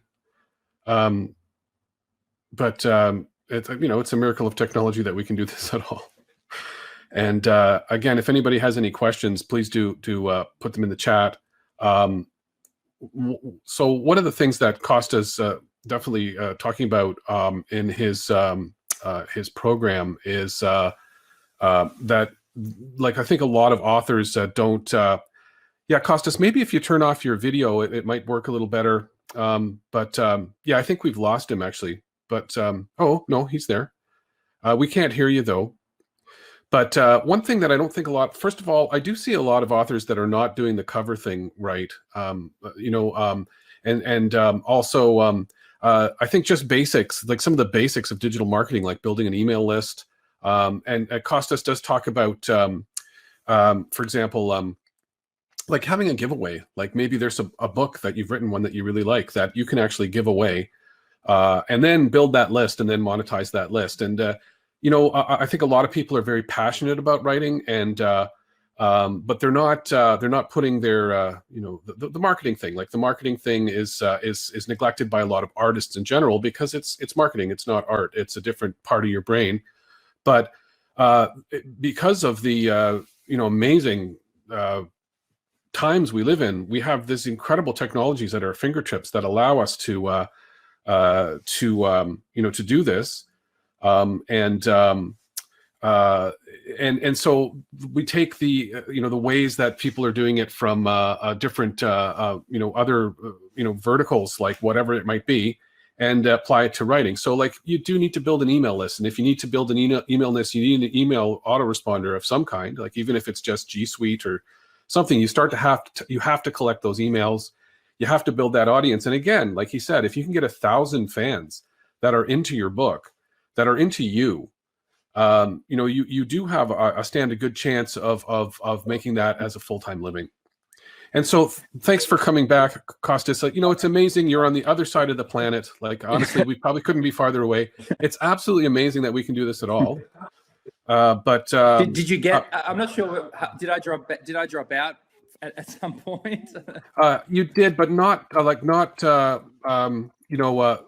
too bad. Like I started to talk, and what I was telling people, Kostas, was that like traditional marketing methods, digital marketing methods, a lot of artists just don't have a clue about it, right? And why should they, John? They're writers, they're not marketers, and this is the issue that we're running into, is that people fail at the marketing stage. They've spent maybe a year or two writing a book, and then they try and market, and they go, "Oh, I'm not selling any books." It's like, but you're not a marketer. You're a writer, and this is a completely different skill set. And a lot of the techniques, a lot of the strategies that we're using, we're taking them from marketing, generally universal strategies, and we're applying them to the publishing model, and then also layering on that to online, making it specifically digital. And I think that a lot of authors, it's a thing where it's like they're upset because they don't understand the marketing, but why should they? This is the point that I always come and say, you know. Well, and so that's where you come in, where your course comes in, because it's specifically geared towards writers. And so what I was mentioning when you were gone, Kostas, was like you've got the giveaway, the lead magnet, you know, some kind of giveaway, building an email list. And in order to build an email list, you need an email autoresponder. You have to make that a commitment, you know, get an autoresponder and make start like interacting with your fans. And so on the very basic level, your process is have a giveaway, build a list, and then it goes on from there. But can you just talk a bit about that? Yeah, so basically, it's not so much, yes, it's a giveaway. What we're trying to do is we're assuming that you're a new author, or you're an author that has no audience or no one's heard of you. So what we need to firstly do is put yourself in a position to be downloaded or recognized. Now, the easiest way to do that is to have a book that's free. And when I say book, I mean actually a novella or a shorter piece. We don't want to be giving away novels either. We're trying to run a business. So I'm very much coming at this from a business perspective. But let's say we use this kind of, we call this the funnel book. And it's just basically an introduction to you as a writer, an introduction to the kind of stories that you're selling. But it's also a gateway for readers to come into your ecosystem. So once they download that book, if they like it, we give them the option of joining your email list, and we use, we call it a magnet, which is basically the opportunity to join a mailing list. Maybe you've got a competition, maybe you've even got a short story or something that you give away. But once you've got that email list and they're in your ecosystem, then basically they're yours. You own that audience. You never have to pay for that person again. And then we can use, Facebook remarketing. We can use Google ad remarketing. We can use email follow-ups. But once they're in your ecosystem, you own them for life. And what you want to be doing when you start out is not so much focusing on sales, but focusing on building that audience. Because once you've invested in that audience, you can use it forever. If you're trying to make a return on your investment straight away, straight up, you're almost going to fail.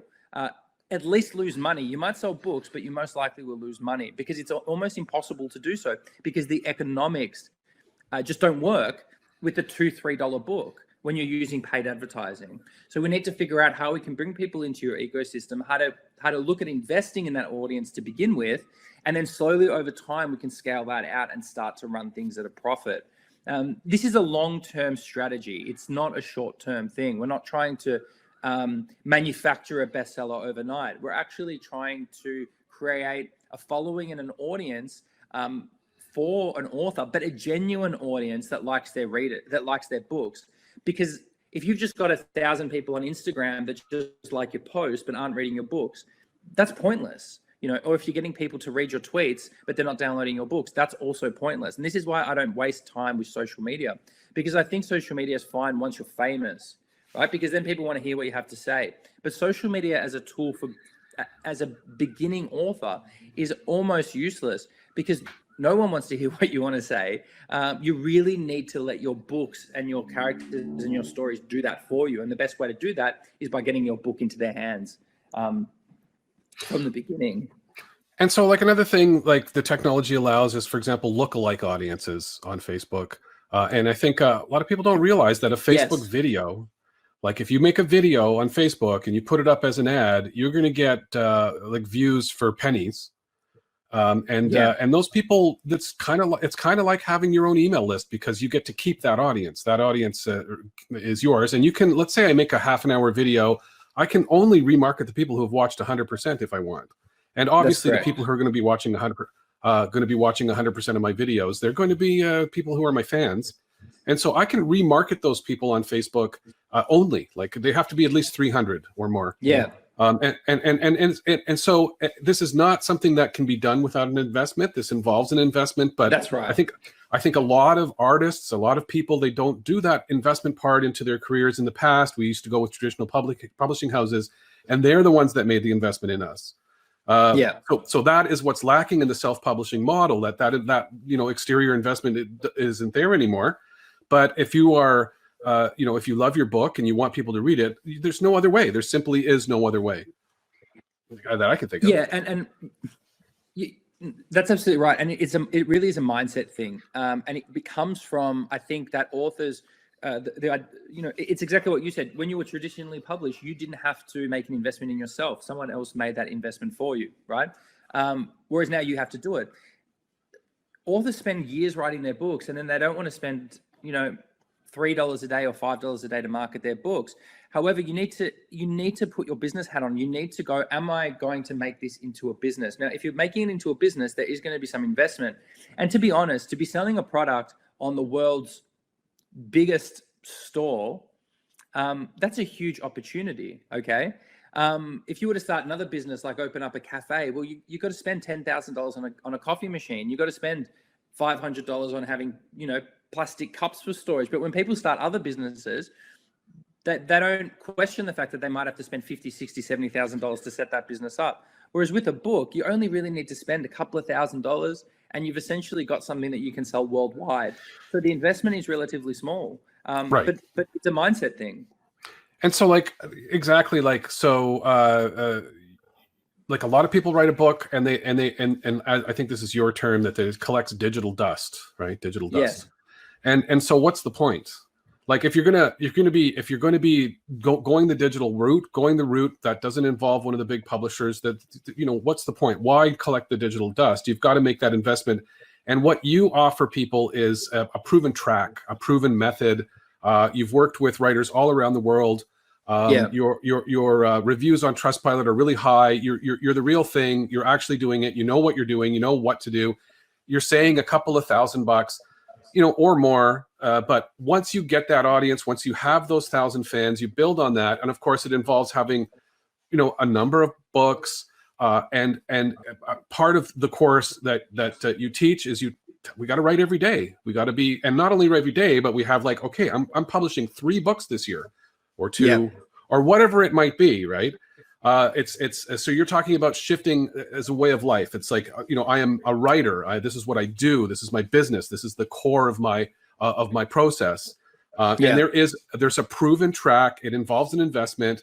This is nothing compared to what it used to be in the past. If you wanted to advertise in the past, it would be hundreds of thousands. So one of the things that the digital world is doing it's leveling things. And so absolutely Kostas, right, it is. But it's those that it's going to favor the bold. That's the thing, the ones that really put their best foot forwards and dive in and are willing to invest a little bit of money, maybe even to lose a bit of money when they're starting out. But again, it's all about the mindset. You really can't lose money online, because it's like what you said. If you pay Facebook to show your video and you get views, well, you actually own that audience. They're part of your targeting pixel for life. So you might only sell a few books. You might have spent $50, but only sell $20 worth of books. But you just don't know what's going to happen down the track with that other $30 spend with those people. People, they're not going to buy your book straight away just because you flash your advertisement in front of them. It might take 7-8 times for them to see your work, for them to buy. So again, we need to get them in the ecosystem, and then we need to, you got to cultivate that garden, I guess, to use another analogy. Yeah. And so let's say I do a reading of a chapter of my book, and it's a 15-minute reading, right? And I remember when Facebook monetized, like when Facebook, before it changed, like I could reach everyone who was a friend of mine on Facebook. And I had artist friends, musician friends who were like, oh my God, Facebook's not letting me reach the people anymore, right? And people were pissed off and they stopped using Facebook. And so time has gone on. Now we can reach the world through Facebook, and the video views are some of the cheapest views. And so it's just something that I think that before somebody can do it, they need to see the big picture. They need to have a bird's eye view so that they're not just diving in without knowing what they're doing. They have to have an understanding of a proven method, one that works, the examples, how it's worked with other people. And then there's particulars, like it's not a small study, that's for sure. It's a bit of a study, like it's an intimidating platform, and you can't play with it without spending money on it. So that's intimidating. No. But and so we also have Amazon, and Amazon is another place where we can advertise. There's BookBub, Kobo, but there's ways of doing this, and I just think that if you are writing, that it makes sense to think in these terms. And so I do I belong to Kostas's program, and Kostas, are you still there? I think we lost him. I'm here. Yep. And were you going to share a link to your? Jeez. So if you go into the stage area, you could share a link to your course. No, we can't see you, but that's okay. I can hear you. And okay. And so I'm not sure what's going on. It's just you're far away. Okay, I'm just sharing. So can you hear me now? Yes, I can hear you, but we can't see you. But that's okay. Okay. Should I type? So just in the chat box, should I post a link? Yeah, please do. Yeah, so just a bit about this. So my team's put aside a bit of time over the next 5 to 7 days. If anyone watching this video wants just to have a conversation to discuss some of the strategies that we use, it's an absolutely free call. So you can book a call and have a chat. And again, we'll discuss a little bit more about the tools that we use, a bit more about the program. Again, it's a free conversation, so you don't have to worry about that.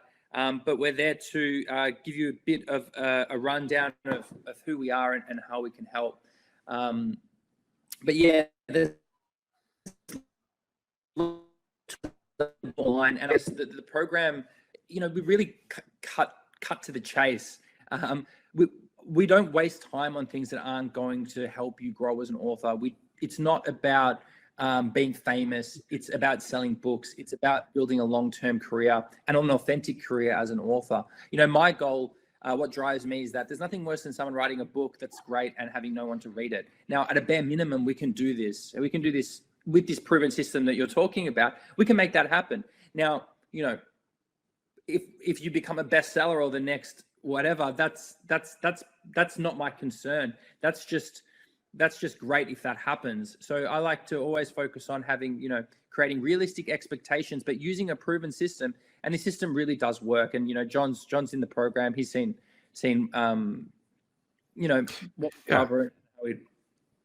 So it's the real thing. It's really good. It's excellent stuff. Now we do have some questions, Kostas, that I just want to get to. So we have Leah asking how much time along with financial requirements is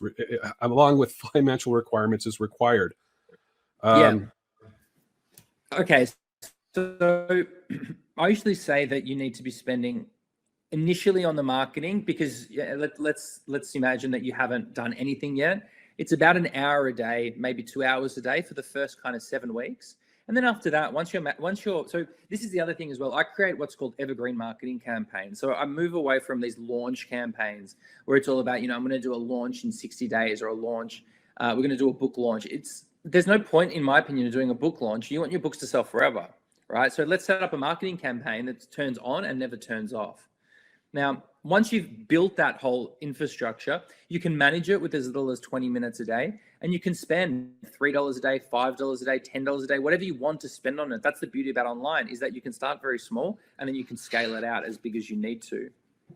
Right. And so the way it works is we want to be very careful about the return on the investment. So there's an initial investment for getting the list and then monetizing the list. And so it's not easy, not easy. This isn't, like a guarantee or anything. It's definitely if you are writing and your writing is collecting digital dust, this is the problem. This is what you're missing. This is what you need to do. It's worth investing in. It's worth learning digital marketing. I went through a phase where I did a deep dive into digital marketing, and so it has its own fascination. It's definitely marketing, but it definitely has its own fascination. I do find it stimulating somewhat, but there's a lot of little tricks and things that you can do to build that audience. The Facebook videos is one of those. Now somebody else is asking. Susan is asking, are there specific free tools to help using the MS Word mailing list? Is there a cover design tool, templates or anything like that? Yeah, I can see that question. So this is another thing that I've tried to incorporate in my program, is that once you're in the program, we actually try and help you as much as we can in order for you to be releasing something that is at that professional standard that I was speaking about at the beginning of the talk. You can have the best marketing plan, but if you take shortcuts, it's not going to work. So you also need to make sure that you've got a really good book cover, you've got really good manuscript design and formatting, that you've got the right templates. And we do provide those in the program, Susan. We do have a kind of, it's just part of the program when you join, that we help you with your book covers. This is free of charge once you're in my program. We basically get your book covers designed for you. So we're kind of covering a few of, my intention was to also fill some of the holes that are missing from self-published authors that traditional authors provided. So we do provide book cover design. We do provide manuscript formatting and design. We do provide people with templates to use. And they all just come as part of the program when you join. But again, we're giving them to you as assets, but you're actually still doing the work. That's the only difference. We're giving you everything that you need, but then you need to apply it. And so in terms of some free tools, there is Canva, which is actually a fabulous free tool. If you don't know Canva, it's great. And in terms of autoresponders, I don't think you want a free one. You want to use a professional one. I use GetResponse. It's pretty easy to use. It's actually pretty cheap. I think it's $19 a month or something. Start Active Campaign. Active Campaign, okay. For 1,000 subscribers, which is enough to start. MailChimp's good. Even ConvertKit is pretty good. There's, it's an investment. You need to do it. There's no even, if you're hesitating about paying $9 for an autoresponder, unfortunately, it's going to be a hard road ahead of you. It's, but the good thing is that this is what I love about the digital marketing, is that it really is the wild, wild west. You can really do whatever you want. Like, you can come up with ideas. You can be so creative with it. Like what you were saying, John, you can just start, maybe you've got the climax of a battle sequence, and if you're writing fantasy, and maybe your video, your ad is just you reading that with a picture of the book behind you. Now that's really cool. Like, no one can stop you from doing that. I think that's exciting. Yeah, and I do want to mention that there's a difference between MailChimp and GetResponse. MailChimp is not going to let you spam as much, so I don't know if that's it's an issue. It's a little more in the difficult to use in terms of the censorship that happens on MailChimp. But GetResponse was used specifically for marketers. It's a little more friendly to actually getting your email delivered to the inbox without double opt-in and stuff. So I prefer GetResponse to MailChimp. MailChimp's free, like for the first 1,000 subscribers, but you're going to find it could be limiting in the long run. Now Tina is asking do you publish books? And I'm not sure what she means by that. I do want to just mention that Kostas is a writer. He's written several scripts and he's directed several movies. He's on IMDb. So Kostas is a writer, but Tina, I'm not sure if you're asking if he publishes books as a service or if he himself has published books, but perhaps you can answer both those questions.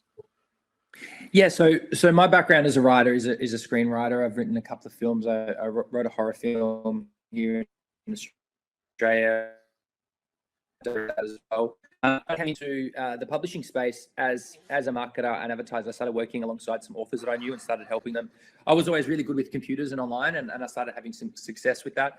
I then built out a marketing company for romance authors called Wild Hearts Romance, and through that company, I worked alongside authors and I released about 400 books. So we were publishing for them, we were doing the marketing for them. It was kind of a bit of a hybrid. We're working together with them, and that was specifically on the Apple Store.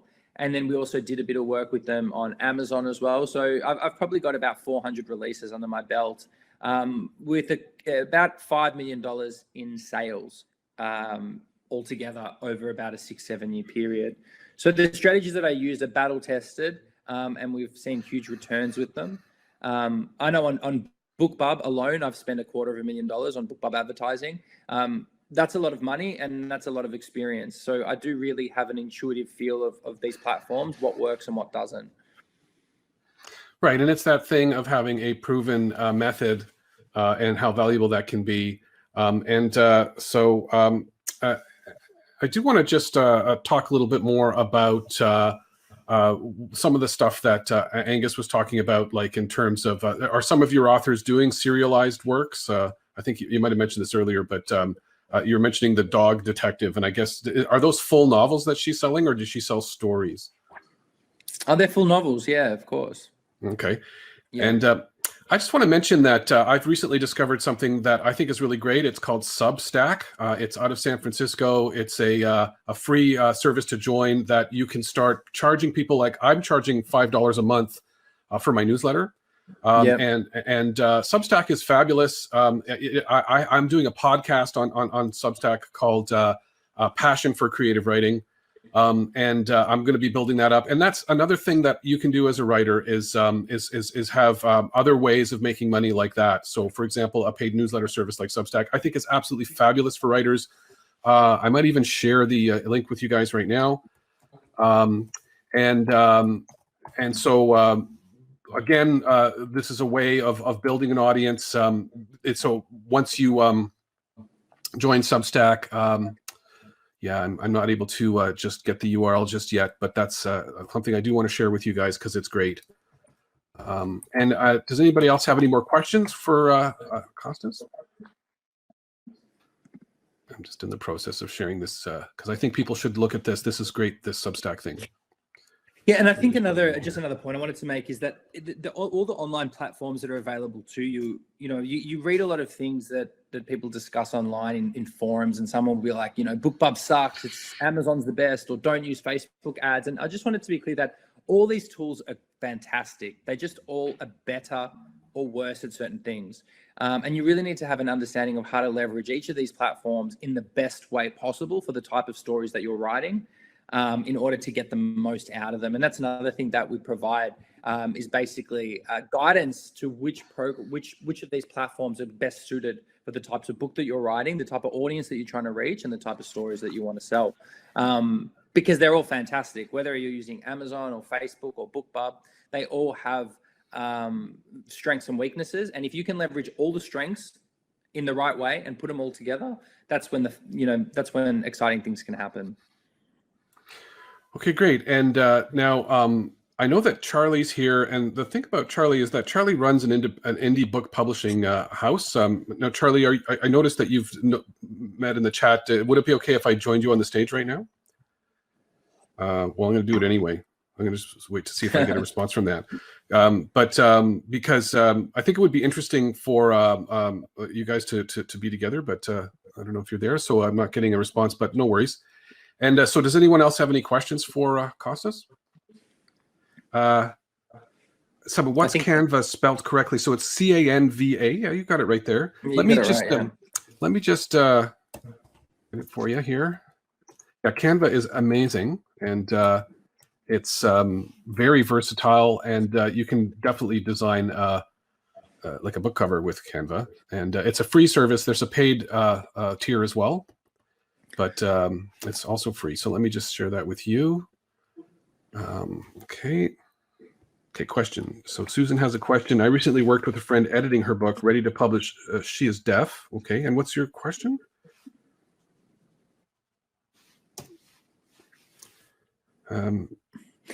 This is another distinction I want to make. There's some of the tools like Canva that are fantastic. However, if you're not a graphic designer and you don't have an eye for design, chances are you'll produce a cover that's not good enough. Maybe you will. The ones that I see that a lot of authors try and make on their own, they don't really cut it. And, that's just to be real. Graphic designers are there because they have experience and they know the elements that work well together. So yeah, just beware with doing everything yourself. I think this is one of the problems that we get to. These self-published authors, once they finish writing, also feel like that they can do everything else. This is not the case. Sometimes you do need help. Sometimes you need to execute at a higher standard by getting a professional involved and outsourcing certain things. And this is another, a point I want to make is that when you go from a hobbyist or an amateur to a professional, you need to take certain actions that a professional would, and that would be hiring the right people to do certain jobs. Right, which makes a lot of sense. And so what Susan was asking was whether, because her friend is deaf, she has edited her book, would you be able to work with her?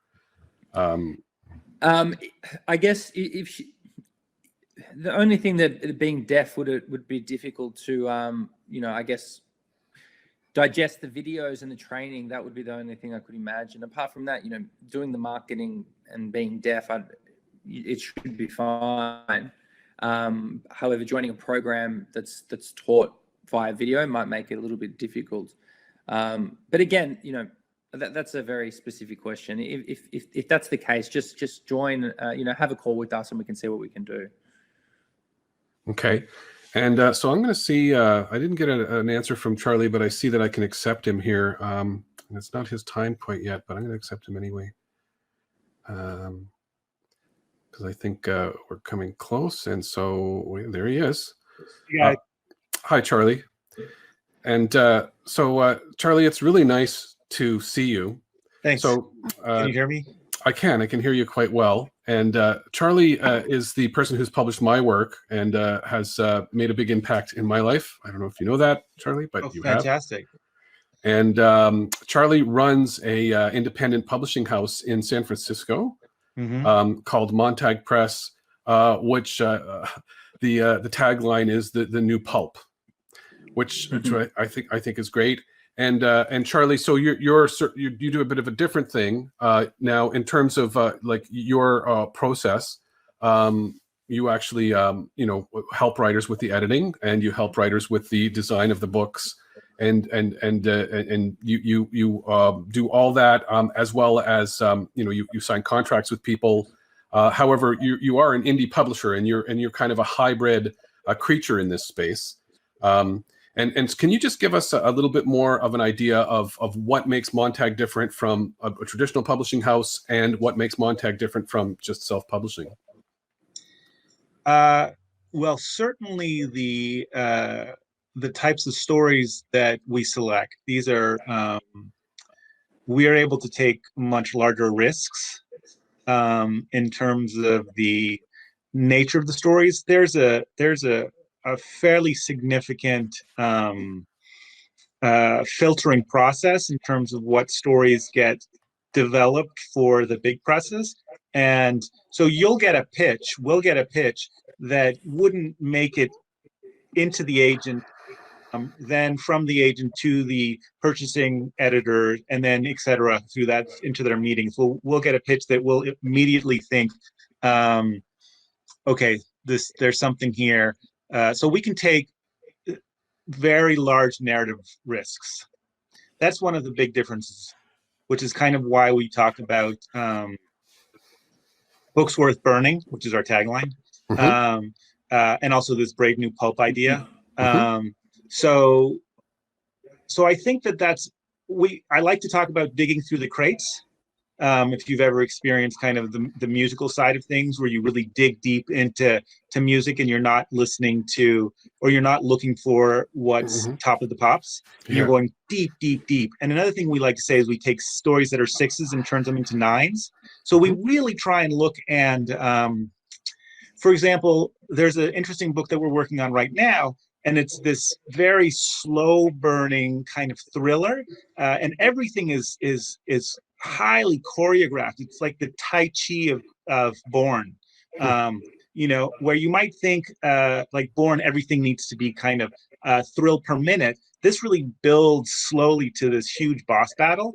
And so we're able to see this kind of story type that might not fit bullseye into what it is that the big houses need. They might be interested in this, but this is not what it is that they have to drive their story world. And so we can dig a lot deeper into the submissions. And word kind of gets out too. And there's a lot of presses that are in our ecosystem that have their own relationship with stories. Maybe it's a little bit more graphic, or maybe it's a little bit more bizarro, or maybe it's a little bit more identity politics in terms of genre relating to identity politics. One of the things we like to talk about is taking genre and really applying some of the elements of literature, so they're really well crafted stories in the genre world. So we can, and we've developed a bit of a reputation, and that's one of the things the authors can participate in, is this kind of umbrella reputation that we've developed. Right, and I am going to share the URL for your website for Montag, because it's great, and I'm going to share it right now with everyone. And now, one thing I do want to just say, like I've worked with you, and you know, the editing process was great. It was very thorough, and the book cover design process was great and was very thorough.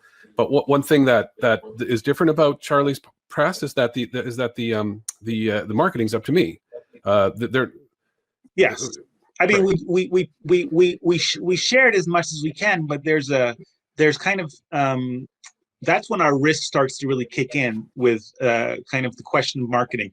We've done a ton of marketing, but one of the things we're looking for is when if we push a button or pull a lever, we want to have to see some kind of sale response that's specific to that. It used to be that we would say, well, it's fine to lose $1 per read. You know, if we could have 1,000 reads and we spent $1,000 on that, that would be fine. But we have to see those numbers. And if we're finding that we're losing money into kind of the large marketing machine, and we're not getting those responses, it becomes challenging. And so one of the things that happens is the authors become this network. In some ways, they support each other, but also they're kind of representatives of their own stories wherever they're at. So they become the local author that says, you know, local author does, you know, publishes with the California Press. Yeah. And we've seen that be very successful, that kind of lifts them up a little bit. And then they get kind of, the things have to start locally. And then we see after local level becomes regional, and then maybe national, you know, and then at the best case scenario would be that it's international. But that kind of having these outposts, these author outposts, really is a way that builds into our whole business model of marketing. But marketing has been really tough, has been really challenging.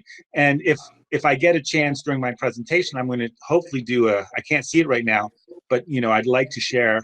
No, you should be able to share. So when it gets to my chance, because I've been thinking about this a lot, about how to kind of penetrate as the author through some of the issues. And certainly Kostas is there specifically aimed to support that type of an endeavor.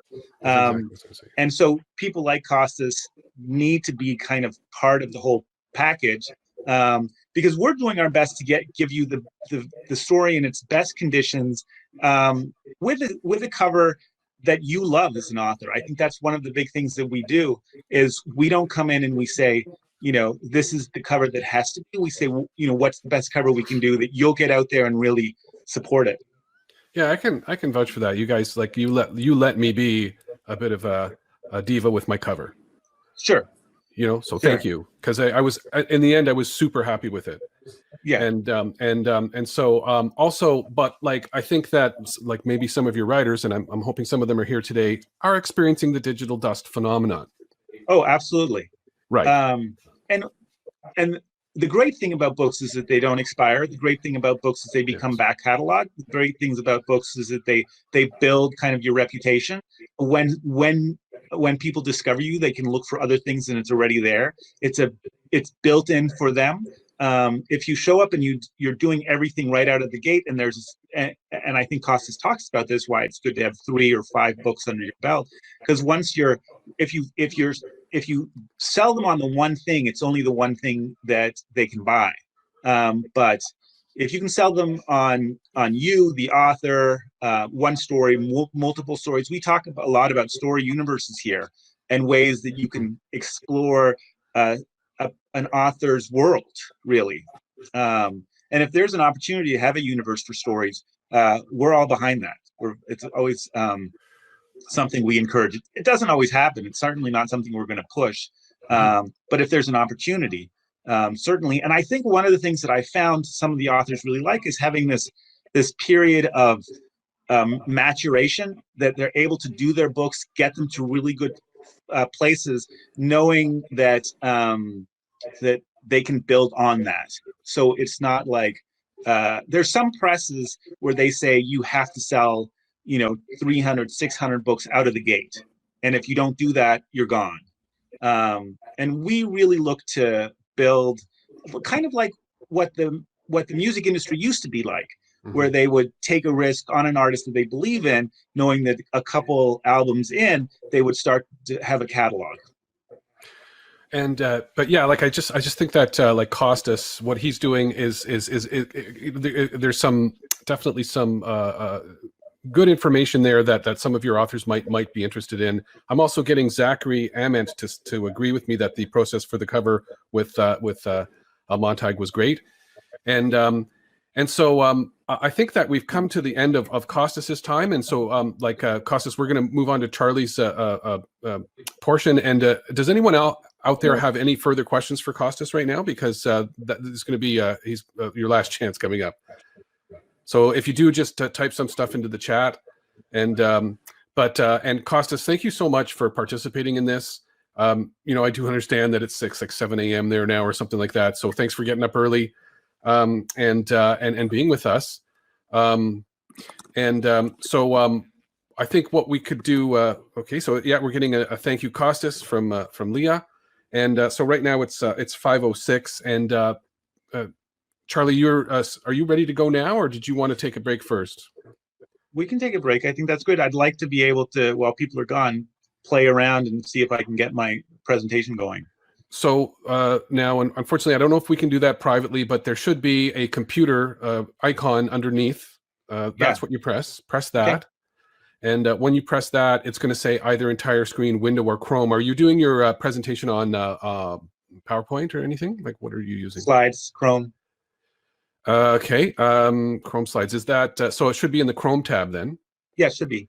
And so I'll just try it. Yeah, and everybody can just ignore it for the meantime. Yep. And just give that a try. And if not, I do have the chat widget here for support that we can make it work. No, it looks coming. Okay, I do see your screen.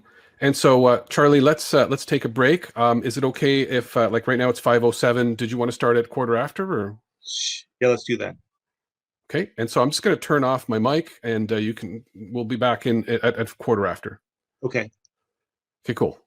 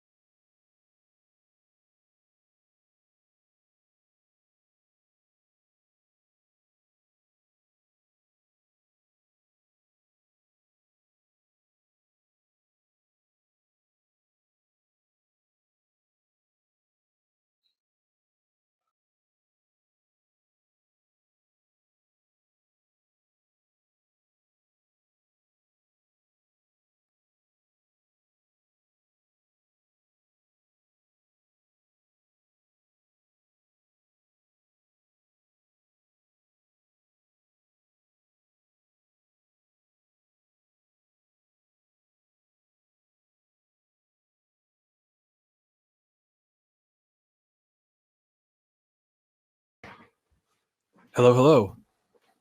Can you hear me? We can all hear you. I think we're live on the main stage right now. Okay. I think I closed it out. So let me. Ooh, that looks great. If I can get that to you guys, it looks And, like. So we were seeing you at one point. We were Yeah. seeing your presentation. Hold on. Let me see. So it looks like I can't do full screen on it, but that's fine. We just won't do full screen. Yeah. Don't worry about that. And whenever you're ready. Okay.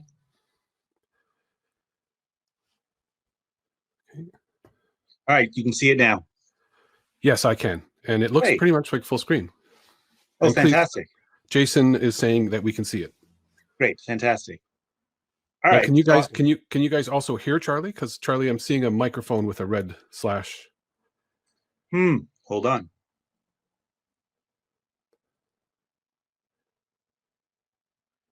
Can you hear me now? No? I can hear you, but I'm not sure anyone else can. I think Hear me on. so Kathy is saying we can hear you. Great. Wonder if I can. Charlie, I know. Strictly with writers.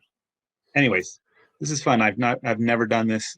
Looks like I have to leave to be here and to do the presentation. I'm pretty sure we can hear you. I'm getting responses that people can hear. Great, People and you can see the presentation. Yeah, I see Montag Press, State of Publishing, and it's full screen. Great, fantastic. All right, let's proceed then. This was the request. We're going to talk about this, my personal opinions on the state of publishing, what it is that I'm seeing, what opportunities are available, and here we go.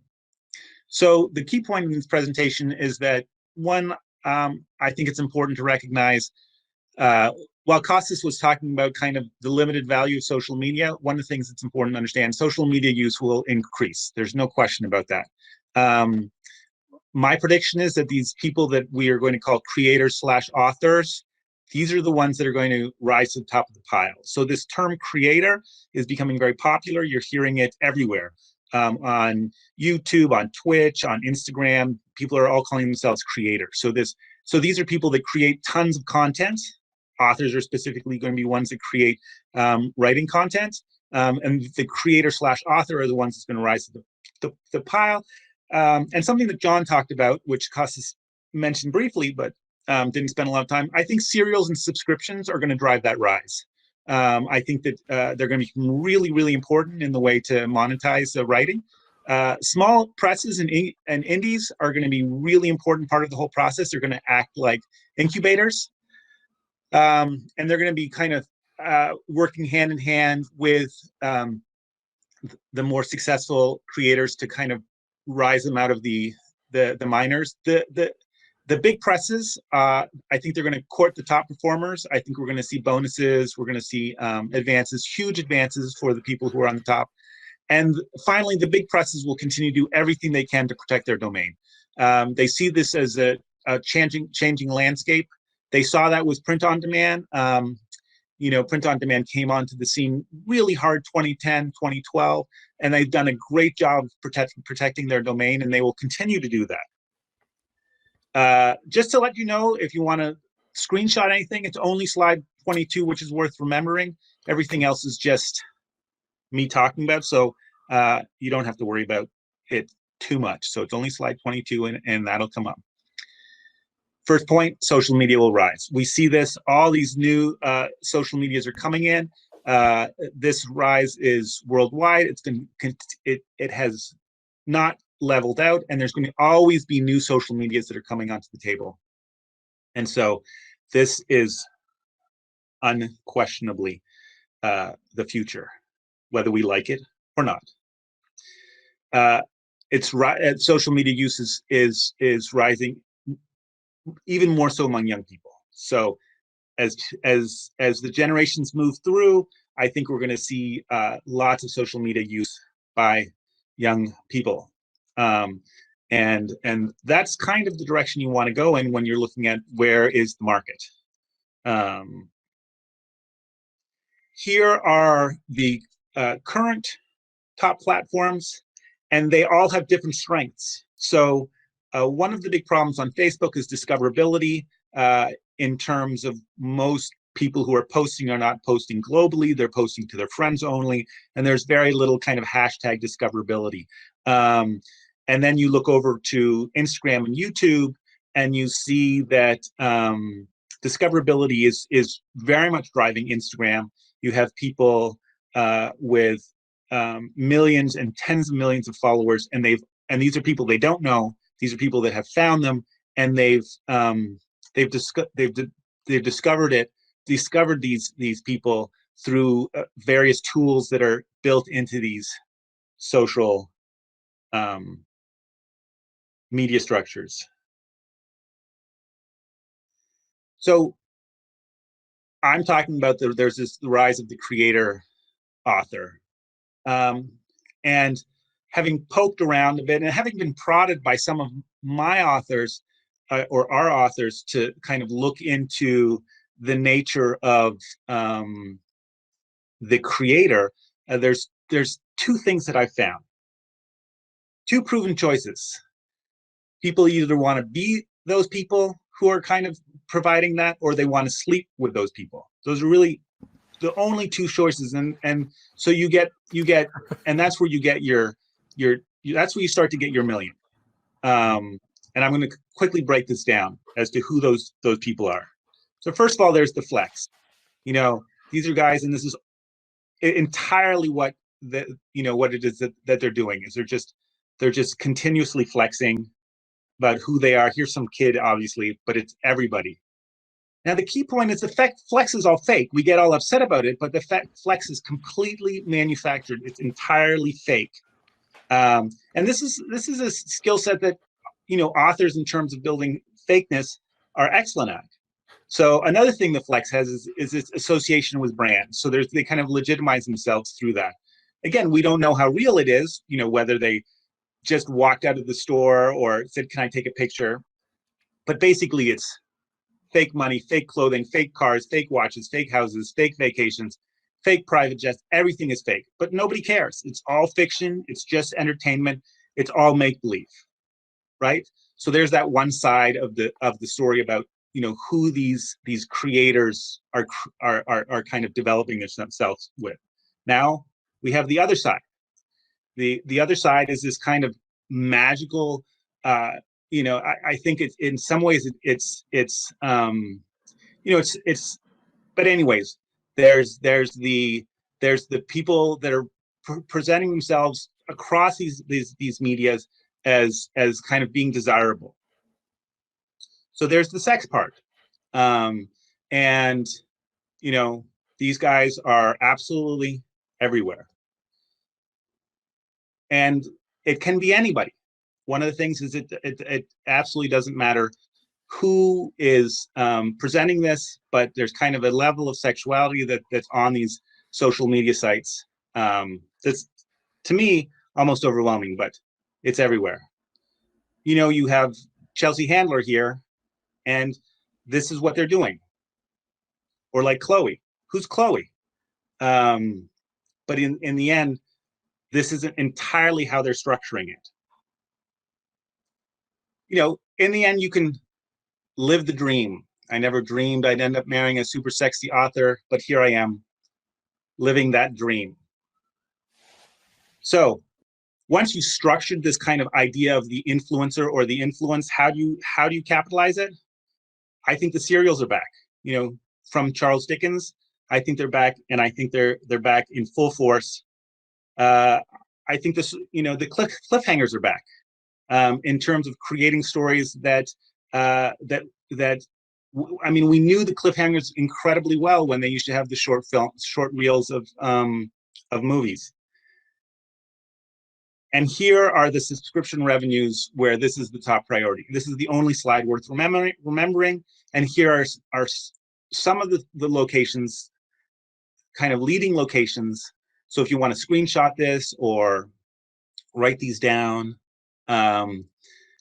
building out a subscription revenue model is a priority in terms of creating these initial stories, and these stories obviously will then build onto each other, onto themselves, either through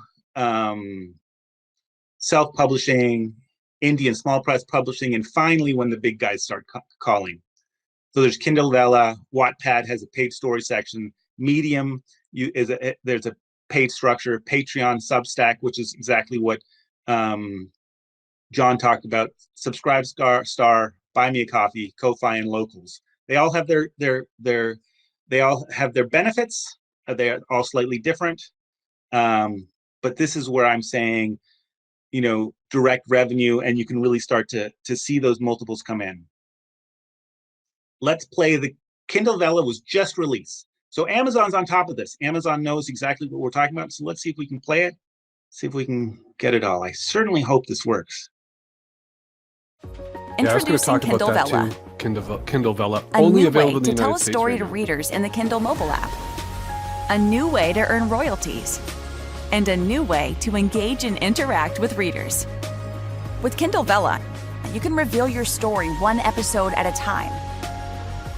Create a story that hooks readers and keeps them coming back to catch up on the latest plot twists and turns. Readers can start any story for free. After that, they purchase tokens and redeem them to unlock additional episodes. Kindle Vella provides authors a new way to earn royalties when readers use tokens to unlock episodes. Kindle Vella makes it easy to find the perfect story. Use tags to help readers quickly find the stories, genres, or microgenres they're interested in. Kindle Vella includes new ways for readers to interact with stories and share feedback with the author and other readers. To make sure they never miss a thing, readers can follow stories they like to be notified whenever a new episode is released. When a reader enjoys an episode, they can give it a thumbs up to let the author and other readers know they liked it. Each week, readers who've unlocked an episode receive a fave that they can grant to the story they enjoyed most. Stories with the most faves will be featured on a leaderboard to celebrate top picks and help others discover these most loved stories. With author notes, you can break the fourth wall and speak directly to your readers. Do you have a story to tell? Start your first story today at kdp.amazon.com/Kindle Vella. Hold on. Let's see if I click this one. All right. So that's what I'm saying. Your one job, besides the writing, is for you to be the funnel. Monetize that outreach, that personality, that imaginary creature that you put out in the world, the one that is only slightly representative of who you are, which is entirely the case. All right, where do the small presses come into? So the small presses, mentors, and the minors, they all have their part. They all have their part to play. We've talked a lot about small presses, and I think what's critically important is that they're going. Oh, here, actually, you know what? I can just do these things here. Small presses can take crazy risks. That's really important. They have networks in place. So there's like YouTube houses and TikTok houses. Small presses are essentially that. They're remote groups of people who are there for each other. Certainly they have the expertise. They have the editorial expertise. They have the design expertise. They have the layout expertise. They might have some of the marketing expertise. I think small press sets the low bar over which you have to get over. Doesn't set the high bar, but they set the low bar. And I think that's really exciting. And you want to make sure that you get whatever it is that you're doing over that low bar. I think they're going to be the most compatible with the indie creator. I think there's going to be a huge culture clash between the big presses and a lot of these creators. But I think that the small presses, the indie presses, are going to really be there and kind of mesh well with the indie creator. And the big presses will continue to protect their domain. And so this is going to be a bit of a threat to them, certainly when they feel like people might go around them. And so there's always going to be that tension, whereas small presses are going to see this and be really excited about this. However, once this builds steam and becomes a thing, the big houses will want their piece of the pie, and they'll want as big a piece as possible. Big presses still face challenges, and here are some of their challenges. Incredibly slow to respond. All the big presses are stuck behind the gatekeepers and the relationships they have with the agents, and the agents making decisions about what they should bring to the table. And they have their whole internal politics with their middle managers. They have their crazy overhead in terms of being able to support everybody and what titles they're going to bring in. Their upfront cost per title are huge. Just a very back of the envelope calculation of some of their upfront costs when you're talking about the number of books that they need to get out there. You're talking in the tens of thousands, if not the hundreds of thousands per title, which makes them incredibly risk averse, and everybody's trying to cover their asses. With regards to what's breaking on social media, you see that the big houses are not breaking on social media. They might, they might high five somebody or something out there, but they're not present. They're not crushing it. Like The Rock has 220 million followers on Instagram. It's incomprehensible how many followers he has to me. What's going to happen is that there are going to be people who are going to come to the big houses with larger followings than the big houses have themselves.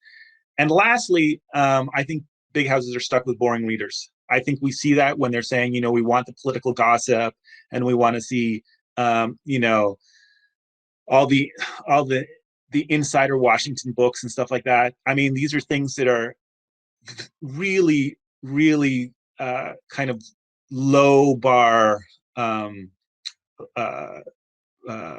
publishing endeavors, and it comes down to who their readers are.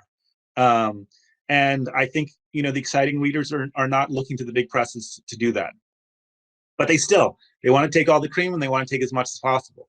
And they're going to do everything they can to do that. And how are they going to do that? They're going to offer huge advances and signing bonuses to the top serial creators. So the people that get out of the serial system, that have their huge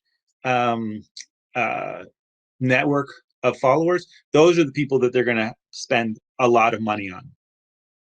And this is why. And this is the one graph. This is a graph that I think is a really exciting graph. But when you look at where the money is coming from, the money is coming from authors who are very established. Here, authors who debuted in the past century as opposed to the past decade, and the big fives dominate that. So now it's the big four or the big three, but they dominate the proven sellers, and they're going to continue to try and do that. People say it's not a level playing field because of it, and I'm going to talk briefly about that. But it's not a level playing field. It's not meant to be a level playing field. It never was a level playing field, and it never will be. And here's why. Here are the barriers that they maintain these barriers. One, most importantly, is their vertical media integration, which means when they have a book that comes out, they can put it on their sister TV show. They can put it on, their brother magazine, and everything is integrated. For them to talk about, a piece of the media pie that they don't control doesn't make any sense. Why would they do that? It's somebody else's stuff. But they're going to make sure that their titles, in their structure, get support. There's different set of rules, in terms of what they can do versus what we can do. I do not think that the big houses run into reviews being removed from Amazon. They can hand out books for free until the end of time, and Amazon is not going to get in there and say we're removing reviews from you. Small presses run into Amazon removing reviews all the time. They have the structure to be able to tit for tat. They can say, if you look at our book, we'll look at your book. If you support, if you do a profile on our author, we can do that on your author. So that network effect is incredibly huge for them, and they're not going to let anybody in. What kind of a tit for tat could a small press like Montag provide? None. They're going to continue to have a lock on distribution. We got into the distribution dance that was kind of the bigger distribution, and the barriers are incredibly significant in terms of what the big presses have. Quickly, I'd like to tell you a story. We were looking at getting into the New York Public Library, and they said, well, we have these specific people that we employ within the library that evaluate all the new titles. So I contacted them, and they said the way that it's done is we get 2 months before a book comes out. So every month we get a case of books, which are the 2 months down the road books that come with all the books in this box and all their reviews. And we can look at this box and determine which of these we want to stock. And that pipeline of the cases of books that's going to the library is locked down. So for us to say we would like to participate in that, they're like, absolutely not. We have this relationship. The New York Public Library went so far as to say we have dedicated staff at Penguin that deals only with us. I mean, these are employees that their only job is to respond to our inquiries. Another thing they were saying is they only accept 3 locations for reviews: Kirkus, Publishers Weekly, and Library Journal. That's it. Now, both Kirkus and Publishers Weekly are for pay. And so they're saying we want for pay reviews. And it's like, what about the valid blog reviews or the academic reviews or the Amazon reviews or the good reviews? And they said those reviews are substandard for us. Amazon reviews do not have the same standing as these for pay, these paid reviews. And lastly, the big guys are going to continue to disparage, dismiss, diminish, and ignore anything that's not in their structure. And that includes Amazon Originals. So Amazon has their own publishing house in-house, and they're excluded from this because we are basically told, oh, watch out for those small presses. You know, they're going to be rife with errors. You know, the covers are not going to look as good. You know, and the content is not going to be nearly as vetted as what it is that we're going to provide. And that's going to be a subtext everywhere. So, when's the best time to post? On Instagram, they say the best time is Wednesday at 3, and on Facebook, it's Wednesday morning. So those are the best times to post in terms of here, Facebook, global engagement, consumer engagement. So now, good luck. Go out and flex, get sexy, and start writing those serials for profit. That's basically where I see the current status of, and I think that's it. And I'm going to exit now. And we can talk. Okay. Hold on. All right. So Am I back? Yeah, you are. Great. Okay, and although your volume's a little lower, but I don't know what that's about. But and so that was very interesting. And if anyone has any questions for Charlie, please type them in the chat. And so, especially what you were talking about the New York Library there, that's very disheartening. So yeah. It's the basically the you know, the way that the victors write the history. So I'm wondering though if you'd approached any other libraries. So I've approached libraries independently. For example, when Montag was based in Davis, I went to the Davis system, and they had a very interesting thing. They said we have a place for local authors to enter directly. Local publishers, no. Local publishers, we don't have that. We don't provide that relationship. And I was like, what's the difference? And so they had a little kind of kiosk for the local authors to kind of showcase, but it certainly wasn't like, you know, here's a dozen books from these guys. It's not like the big presses, you know. I think that the people want their job to be easy, and they want to know that the choices that they make are guaranteed. Another thing that I thought was really interesting, and this was here in San Francisco, as I went and I talked to them, and they said, well, we can't be sure it's not pornography. It's like, what? You have Naked Lunch on the shelves. And they're like, well, that we know, but we can't know. And it's like, when does somebody read the book? I mean, like, Can how we, can it can get worse than Naked Lunch? I guess. we, This is a legitimate question. yeah, I mean, you have Naked Lunch on the shelves. We have nothing compared to Naked Lunch. You have this whole section of as San Francisco explicitly of gay and lesbian erotica, but somehow some deranged small press is going to come in with like slip in something, and it's like that's not the case. So there are barriers. There are institutional barriers, and these barriers are celebrated. These barriers are reinforced. These barriers are there for a really good reason. Jason here is asking me a question about the serials. And I did want to just say something about that, because I think Angus was saying something interesting about that. Were you here for that, Charlie, when he was talking about opera? And so tension and then some release was the model for Sweeney Todd. So like when Sweeney Todd was serialized, there was all this chaos, this tension, and then just a slight vision of perhaps some kind of resolution that you were going to get in the next issue. And I thought that was quite interesting. Yeah, I mean, we used to have serial movies, in part because it was new technology, in part because of the way that the audience was relating. But you'd go and you'd see your weekly short, and it always ended on a cliffhanger. What's going to happen to our hero? But I think the way that successful serials are, I think what's going to happen is that they're going to be an extension of the personality of the author. So if the author is flexing on,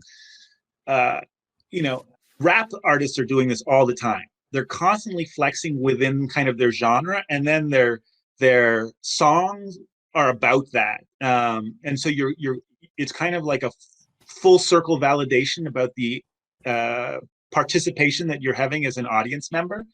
And if you look at, for example, the YouTube top trending, half of them are these hip hop and rap artists that are not getting radio play. There's a huge culture of kind of participation within music specific to hip hop and rap.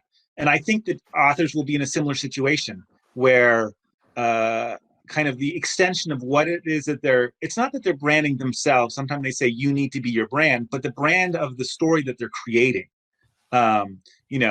Is it a party brand? Is it a hard charging brand? Is it kind of, a hyper successful brand? Like, what is it? Who are you creating as part of these stories? And then the story becomes merchandise.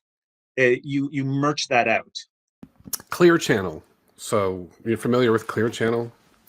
The big billboard people? Well, they're more than big billboard people. They own basically the majority of the media.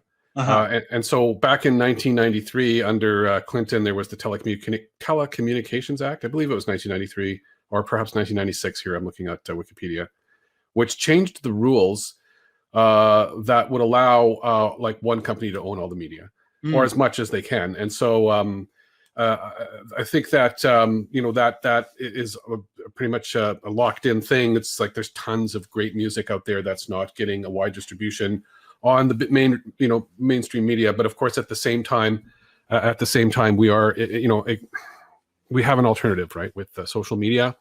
And so there's cracks in the walls, but the big players are still there. So I think in the long run, there could be some hope. No, I think we're at a turning point. I mean, I think when The Rock himself has more Instagram followers than probably Warner Brothers, I think we had a huge turning point. And the way people want to participate, I think the key is the kind of and a lot of people, whether it's musicians or filmmakers or writers, they don't want to be up front and center as the creator. They don't want to have that relationship with the audience. But what I'm saying is that those people who take that on and become these creator writers, they're the ones that are going to be leading the pack. Everybody else is going to be acting in support of them. So, to make sure, so indies are going to be really important to these young creators, just as like the TikTok houses are, where they kind of get together and they say, how can we up our game? How can we really participate? And whether it's taking these serials, putting them together and releasing them as a novel, which I think is probably what's going to look like, so that you can go and you can have the serial and now you can have the novel and then building off that. But I think that there's going to be a resurgence in terms of people's relationship with the writer. Whether the writer turns out to be a rebel or a bruiser or a lover or a joker, that's entirely up to that relationship that they develop. And if you spend time kind of exploring the social media world, you see that it's incredibly nuanced.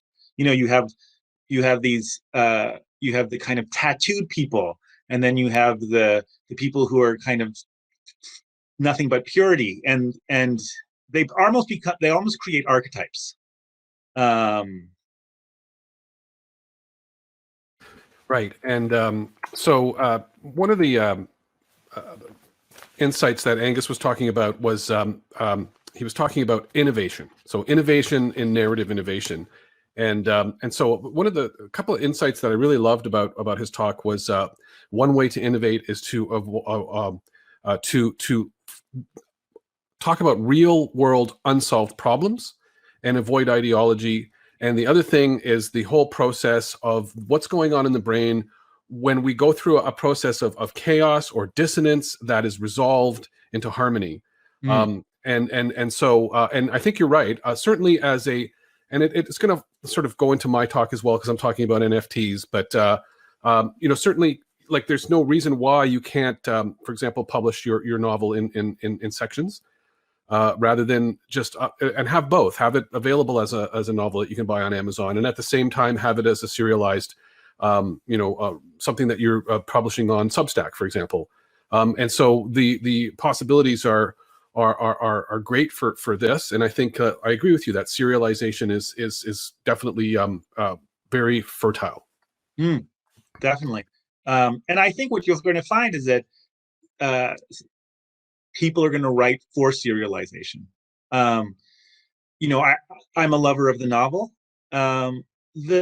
Some people, when I tell them what they do, they say, "Do people even read anymore?" And that's kind of a joke, right?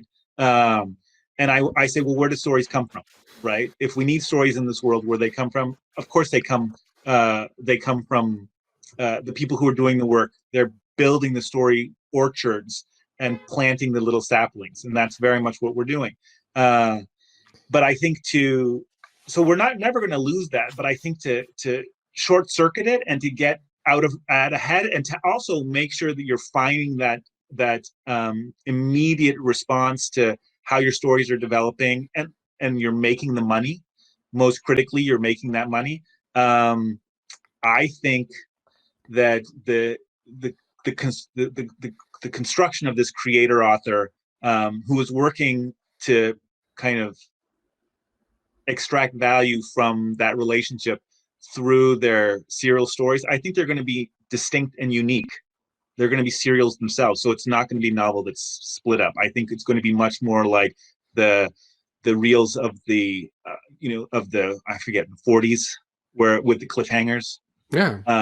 And I think people are going to be building their stories as they go, maybe in relationship to what's happening in their feed and what they're going through. I mean, that's very much what YouTubers are doing. And we're having YouTubers who are really just crushing the media landscape. We're just a little bit behind in terms of finding a way to bring stories into that level. Not far at all. I think it's in part it's like the filmmakers who are saying, I really want to make a feature film, and they're saying, oh, now I'm on YouTube, now I'm making shorter content, now I'm getting 1 million views a week. Now I see that I can actually make money off it. So I think that's what's going to happen with writers. And I'm not sure if this is relevant, but some people are not maybe making enough use of what's at their disposal, like YouTube, for example, or Substack or stuff like that. Just being in love with the novel form. There's all kinds of ways of repurposing that, not just through social media, but also in video. So it's definitely to have your tentacles go out into lots of different ways, as many ways, and creative new ways, if possible. And was writing the other day about the sonnet and the sonnet being in iambic pentameter, and how when we have restrictions to our creativity, it actually somehow makes us more creative. I don't know if you know what I mean. Oh, absolutely. Yeah. People talk about that all the time. Yes, they do. So I think the medium is going to change the stories, and it's going to change the writers. And I think we're at the cusp of this. And there's certainly people who are leading the way with different, whether it's music or short form video or something like that. It's just, we just need to jump in. Yes. I have to say that personally, I'm a very private person, and the whole concept of putting this archetype of myself out there, it's not something that I love, but this is what I'm seeing. I'll tell a very funny story. I knew a woman who was she was a casting person for Survivor, like the second season of Survivor, and she was like, "You're an incredible person. You should submit an audition tape." And so I created this like audition tape for Survivor where I was like the wild man in the city, right? And I was like running around with I was fully bearded and stuff like that, and I thought it was kind of this great thing. And then I sent it to her, and she was like, what was that? And I was like, I don't know. I thought it was. She was like, look, it's really simple. You just have to be the good guy, the bad guy, the buff guy, the guy from the sticks, the sexy girl. You just need to pick an archetype and be that person, like this kind of like crazy, wild, hairy guy that's running around the city, who's doing like Survivor-like things in downtown Toronto. That doesn't make any sense.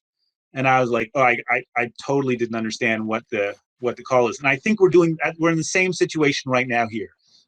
I think when it's like, who was Hemingway or who was Hunter S. Thompson? I think Hunter S. Thompson would crush it right now, because he would be the crazy guy, drinking, shooting stuff up and posting it all on these different platforms. Yeah. And then when something came out, this list, this, he would sell every little piece of it, and then everybody would be like, Hunter S. Thompson. Burroughs would be like that. All these guys would be on top of this, in part because they wanted to be those crazy people. It doesn't mean that we're going to have great literature. It also doesn't mean that it's going to be our best stories, but it certainly is going to be what I think is going to be the big explosion in writing in the future. And I think there's going to be a lot of money heading in that direction. So when you're asking me about the state of publishing, that's what I think. I'm still going to be 100% committed to these authors that I hope we build huge back catalogs for. And then when they get discovered, like the heavens open and people are like, you guys knew this all along, because that's what small presses have always done, right? We wouldn't have Burroughs if it wasn't for the small presses, right? So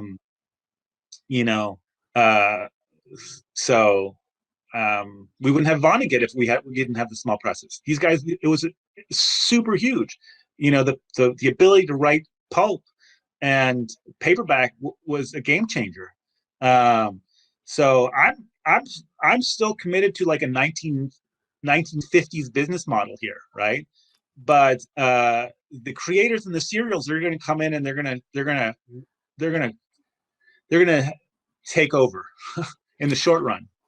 And just to say that, it doesn't mean that you can't have both. Like, you can have your business model and also other things as well. And that's, I think, important. People need to do both, or more than both. We want to be active partners to the new creators. I think that's really important. And why we're going to provide that level of expertise. Certainly, it's going to get to a point like YouTube creators where they have their own. Mr. Big has like 6 editors, right? Everything, he's got filmmakers and editors and all the image work people and stuff like that, and he's hiring them all to do the work to make sure that it's not Mr. Big, Mr. Beast. My apology. So these guys are on top of it. I think they're going to do the same thing. They're going to hire their own editors, hire their own, but their own designers, their own layout people. Their books are going to be available in a bunch of different ways. They're going to kickstart books. They're going to have like limited edition books. Anything that they can monetize, they're going to do that. the reason they're going to be able to do that is because they have the money coming in from their relationship with the audience and from the serials, which is going to be their merchandise. You know, Mr. Big merchandises two things: clothes and hamburgers. That's what he is. He's got ghost kitchens everywhere doing his hamburgers, where he gets like $1 a piece off the hamburgers, and he's got his clothes. Not much else. You know, he gets the advertising revenue, and maybe advertising will be part of the serial system. Who knows? Maybe Kindle Vella will have some type of advertising. You can read this one, but you have to like look at a video. And who knows? Right. And so, does anyone have any questions for Charlie? Charlie, that was great. And I really got a lot out of that. And thank you. And if you do have any questions, just type them in the chat. And Charlie, are you currently going to be doing any releases? We have so many releases coming up. We have so many. Yeah. Good. We're notifying people from Montag, and you know, one of the things, as you were mentioned there, was MailChimp, and other places too, is we get a lot of pushback. Yes. In terms of, we get a ton of pushback, and they like blacklist us, and you know, people will sign up and then say, you know, I didn't approve this, and it's like, how did we get your email, right? And it could just be that people are cleaning up, you know, and clicking through and saying, you know, we're unsubscribed. But, you know, just getting people to, just having people, a small percentage of people unsubscribing on newsletters, email newsletters, gets us in a lot of trouble. And so you get response doesn't do that. It's the marketer's email marketing platform. So MailChimp is much more sort of finicky about that kind of stuff. Yeah, but so is like Mad Mimi, and I think you have to find a way to engage and let people know where they want to be met. It's certainly been a challenge. But we do have great releases coming up, super exciting. We're working really hard on them, and right now we have a bunch of releases from one of our editor, John Rack, and they're just huge. These books are huge, and they're, you know, the reviews we're getting are fantastic. One recent book that I'm really excited about because of the reviews is Reeking Hags. I don't know if people know about that, but it's Gabriel, who was here briefly, talked about it. It's kind of like being in the bardo, that state between life and death in the kind of Buddhist philosophy, when all the specters and phantasms come and meet you, and it's this Arctic mystery that takes place. It's very much like Jabberwocky-like, and you know, I loved it. It's fantastic, but the reviews really get it, and the reviews are like, "This is phenomenal," and you start to get that sense like maybe we're building a bit of a cult following here, or maybe this will be something that people will look back upon and say, "Yeah, that was really important and it was really significant." So, Charlie, I was really glad that you gave a positive sort of comment on Facebook about my podcast with Marco. Yeah. And I'm going to share that with people right now, if that's okay. Yeah. We just published the adaptation of his play, and the so the Peacock Agenda, and the responses, the reviews that we've been getting have been nailing it. They're like, it's like Soylent Green crossed with like Camus' The Stranger, and it's like, yeah, that's absolutely what it is. It's an incredibly introspective, slow-moving, beautiful theatrical piece about this guy who's in kind of a failed state where cannibalism is a norm. And so cannibalism is a subtext, but it's not a story about that. It's about him trying to find love, and kind of trying to figure out, and like talking to somebody saying, I don't like what we're doing here. And, you know, and she's like, yeah, I don't think I like it either, you know, and just what it's like to be, you know, trying to develop a romantic relationship when, you know, the context is kind of punitive and punishing. And it's just a fantastic piece. We're so excited about it. We're just about to publish a selection of 10 little 10-minute plays And so they're being workshopped at a high school here nearby. And the kids are like, where did these stories come from? These are amazing, right? Like, how does this even work? And it's like, yeah, you would think all the high school plays are the same. Like, it's the same thing you've done forever. And here there's like, you know, and these are all adaptation of Montag authors. So it's really exciting, super exciting. And I am going to be interviewing some more Montag authors. The next one will be Paul Miller. I don't know if Paul's here. I think he might be. But oh yeah, his new book. And this is a whole world he's building. And what I love about his book, and people have talked about it, is the poetry and the vulgarity. Like, it's really rough, but it's really beautiful. And he just goes in there. It's about a man who's a drunk who figures out he can punch ghosts, right? And it's like, it's super metal and it's hardcore, but it's very lush.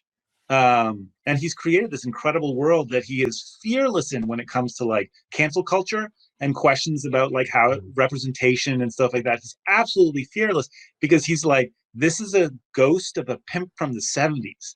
Like, how would a pimp from the 70s, Silky Cobra, talk, right? And it's like, you know, it's like, we're asking these questions all the time. Can a person write a ghost of, you know, an urban pimp called Silky Cobra from the 1970s? Is that even possible? And I'm like, hell yes, you can. Absolutely you can, right? That is not off the table. Why? It's a ghost. It's not even real. Like, what are we going to do? Start like, you know, analyzing our relationships with like, you know, phantasms? So it's a fantastic piece. Mm-hmm. Well, great. Good. And again, if anyone has any questions for Charlie, ask them now. And Charlie, do you have anything else to add? You can also give me pushback. Tell me that none of my ideas are good. Well, I think it's great. I love what you're doing. I love Montag. It's fabulous as far as I'm concerned. And I think we have a lot of Montag people here today. Well, that's wonderful. Hi, everybody. Thanks for joining us. And when I talk about you guys going out and blowing up the cereal world, I'm not saying leave us in the dust. Mm-hmm. You know, we'd still like to be, you know, it's a tremendous privilege to be able to participate in people's stories. It's incredible. You know, and one of the things that people have told us is that if it wasn't for the initial support, the subsequent stories would never have been written. And that just blows my mind. If you think about that, like if you think about the fact that they wrote something and then they put it out there and then they got some response that was enough for them to say, I'm going to continue to write these stories. So there are stories out there that would not have been written had it not been for kind of, you know, the relationship and the affirmation and the affection that came from the press and the people reading it. And it breaks my heart to think about the stories that are not being written because people are like, you know, let's publish Hunter Biden. We should not be publishing Hunter Biden under any circumstance. We shouldn't be publishing it. We shouldn't be reading it. That is a broken system when you see that. And that was true for, you know, Fire and Fury and, you know, all those other books, which is why when people say, don't trust the bestseller list, because when you look at the bestseller list through time, Coffee, Tea, and Me was a huge bestseller. Coffee, Tea, and Me 2 was a huge bestseller. And it was about this guy who was pretending to be a stewardess and having these kind of like sexual escapades up in the sky, being like, oh, stewardess are wacky and crazy. That nobody cares about that. You know? I mean, maybe we do, but you know, in terms of a bestseller. So don't trust the bestsellers. Don't trust the big presses. You know, trust your gut. Trust the stories. Trust the relationship with the readers. You know, trust the people who are willing to go the distance with you. Mm-hmm. And so Zachary's saying, Amanda Marbay's in the anthology was recently featured in Electric Literature. So that's cool. Yes. So we had put out that anthology, and we're always like the short plays are a bunch of anthologies too, because they're you know, David William, the playwright, went through a selection of shorts and decided which Montag authors and we're always trying to create that network effect.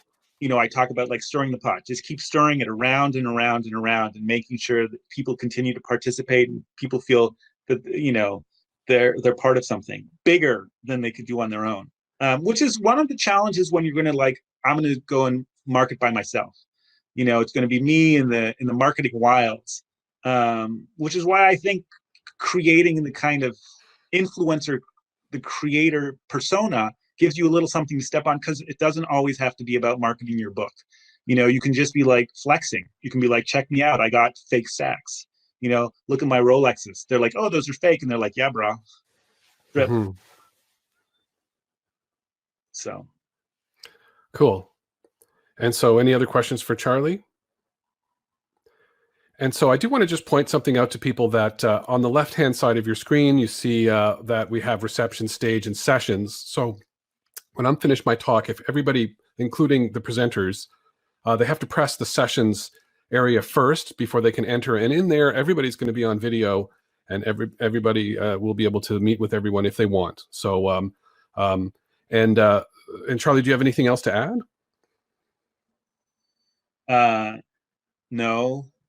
No, I think I made my point clear. I think we should have fun with it. We should enjoy ourselves. There's this weight, there's this burden, there's this sense of like, we're not doing a good enough job. We're doing an incredible job. We're doing the job that's always been done this way. We're not making enough money, and it's like, there's no question we're not making enough money. It's in some ways the big presses are designed to make money, and you can see the burden that they have with that. So Paul Miller said it the other day. It's like, let's drive this jalopy as hard as we can, into the bank. And then, when we're out cashing the check, we'll look back and all the punks are going to be stripping off the rims. And that's really what it is. It's like every generation has to do this, has to push it forward, has to be like, we're not interested in the short, crappy money that's made off of the Hunter Biden memoir. I don't understand. Right. He's not even talking about his addiction. It's like propaganda. Give me some dirt. Okay. And so I actually don't want to take a break before I do my talk. I'm just going to just jump right into it. So I should leave here, right?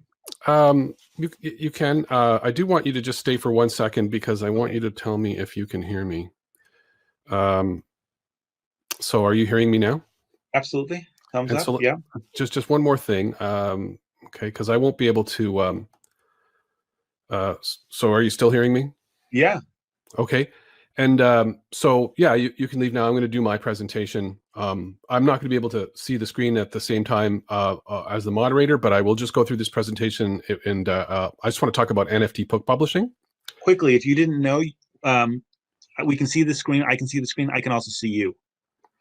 Okay. I think that's because I did something wrong here. So let me just... No, it's great. It looks great. Oh, it looks great. Okay. Yeah. Maybe it's because I'm backstage or something. It's because you're backstage for sure. Okay, yeah, got it. You would see both. Okay, so let me just put that back up. So I'm leaving the stage now. Bye. Okay, bye-bye. Thanks for your speaking Sure. with us. And so I want to talk about NFTs, and now NFT book publishing. I think it's something that we haven't seen happening quite yet. There are some books that have been published as NFTs. I think there's a bestseller in England in regards to that. But I just want to talk about the technology behind it, and also just what's going on in the space right now, because I think it's pretty interesting. So what is an NFT? It stands for non-fungible tokens, and fungible just means unique. So if you have a penny and I have a penny, even though they're both unique objects in space and time, we can both exchange the pennies, and we can still have 1 penny each. And so that means it's fungible, and money is fungible. Whereas the Mona Lisa, if I give you the Mona Lisa, you have the Mona Lisa, and I don't have the Mona Lisa. So that's non-fungible, and it just means unique. So NFTs are on blockchains, and blockchains are a technology. It's the technology that Bitcoin uses. And so they're publicly distributed ledgers. They're not unlike spreadsheets. And in the case of NFTs, they're mostly the Ethereum network, which is the main platform for NFTs. These ledgers are updated every 12 seconds. And so people with computers all around the world, they compete to solve a difficult math problem to win the right to update the next entry in the ledger. The system incentivizes honesty by rewarding blockchain miners with cryptocurrency, and each block must be verified by all the miners. So it allows for trustless exchange that doesn't rely on a middleman. And so the science of cryptography is behind it, particularly SHA-256 cryptographic hash function, which ensures that the unique version of a computer file, whether it's text, audio, or video, is original. So here's a SHA calculator. What I've written in here is my novel is here, the whole thing from beginning to end. Now, any file, like I said, is given a 64-character alphanumeric string for a document of any size. Now, if a single comma is changed in my entire novel, if I change one comma, it's going to provide a completely different string. So it's a way of validating.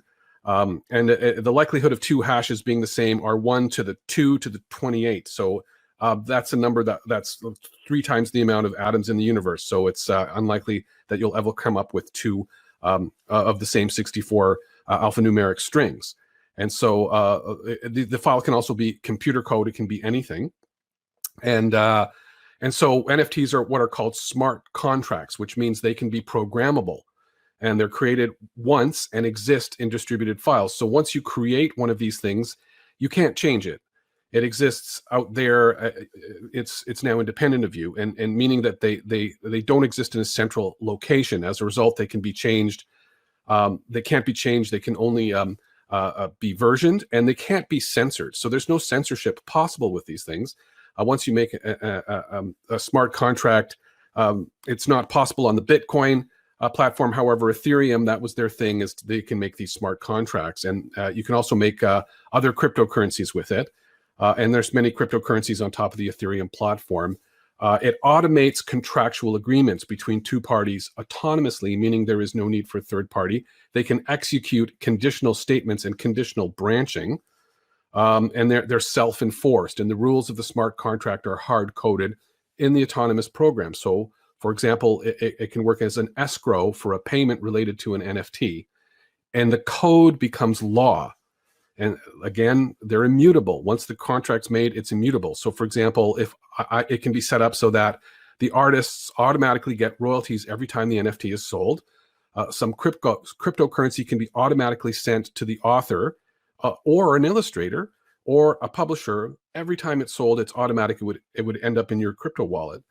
So there's 2 token standards: the ER20, which is used for cryptocurrency, and NFTs are created on the ERC 721. Token standard. It provides a unique ID for each token. So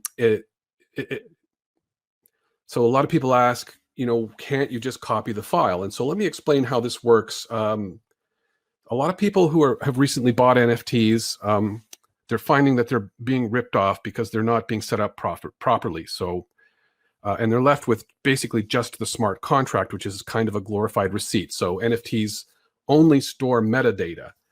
When an NFT is created and linked to a digital file that lives on some other system, how the data is linked is very important. So there are a few reasons why the traditional internet HTTP links aren't a great fit. So with an HTTP address like this here, https cloudbucket.jpg, anyone can copy that content, download it, as long as the owner pays his server bills or her server bills. However, there's no guarantee that won't change. Because the server can go down, or the person can change what's on their web page. Sometimes people are finding that their NFTs have no meaning. Now, this is the part that I find very exciting. It's the IPFS. So it stands for Interplanetary File System. IPFS solves the problem thanks to content addressing. So adding data to an IPFS produces a content identifier that is directly derived from the data itself and links to the data in the network. So they're called CIDs, and they can only ever refer to one piece of content. We know that nobody can replace or alter the content without breaking the link. So IPFS is sometimes referred to as Web 2.0. It creates immutable files on a blockchain with unique addresses that cannot be changed, only versions. So you can surf the IPFS network just like you are surfing the internet now. The beta version was released in 2015, so it's a fairly new technology. It also has its own infrastructure. So we have a browser companion. We have a desktop app that you can look at IPFS domains. They're just like websites, also an Explorer. So the IPFS URIs are the canonical representation for an IPFS link. And since the IPF scheme makes it clear and unambiguous that the ID refers to content on the network and not something else, it can be unique. So it produces an IPFS URI. And here's an example. Basically, it's just a string. Instead of saying HTTPS, it says IPFS : // And so at the bottom here, you see the kind of address.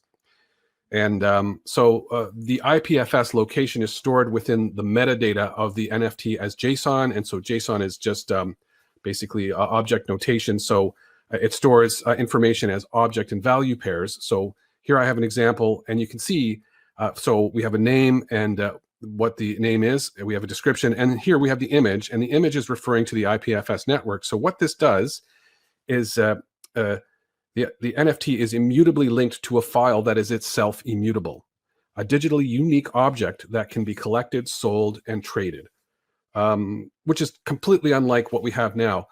Now, Filecoin is the coin system that the IPFS network is also creating. It's a decentralized storage network designed to store humanity's most important information. Basically, you can rent out space on your hard drive using Filecoin.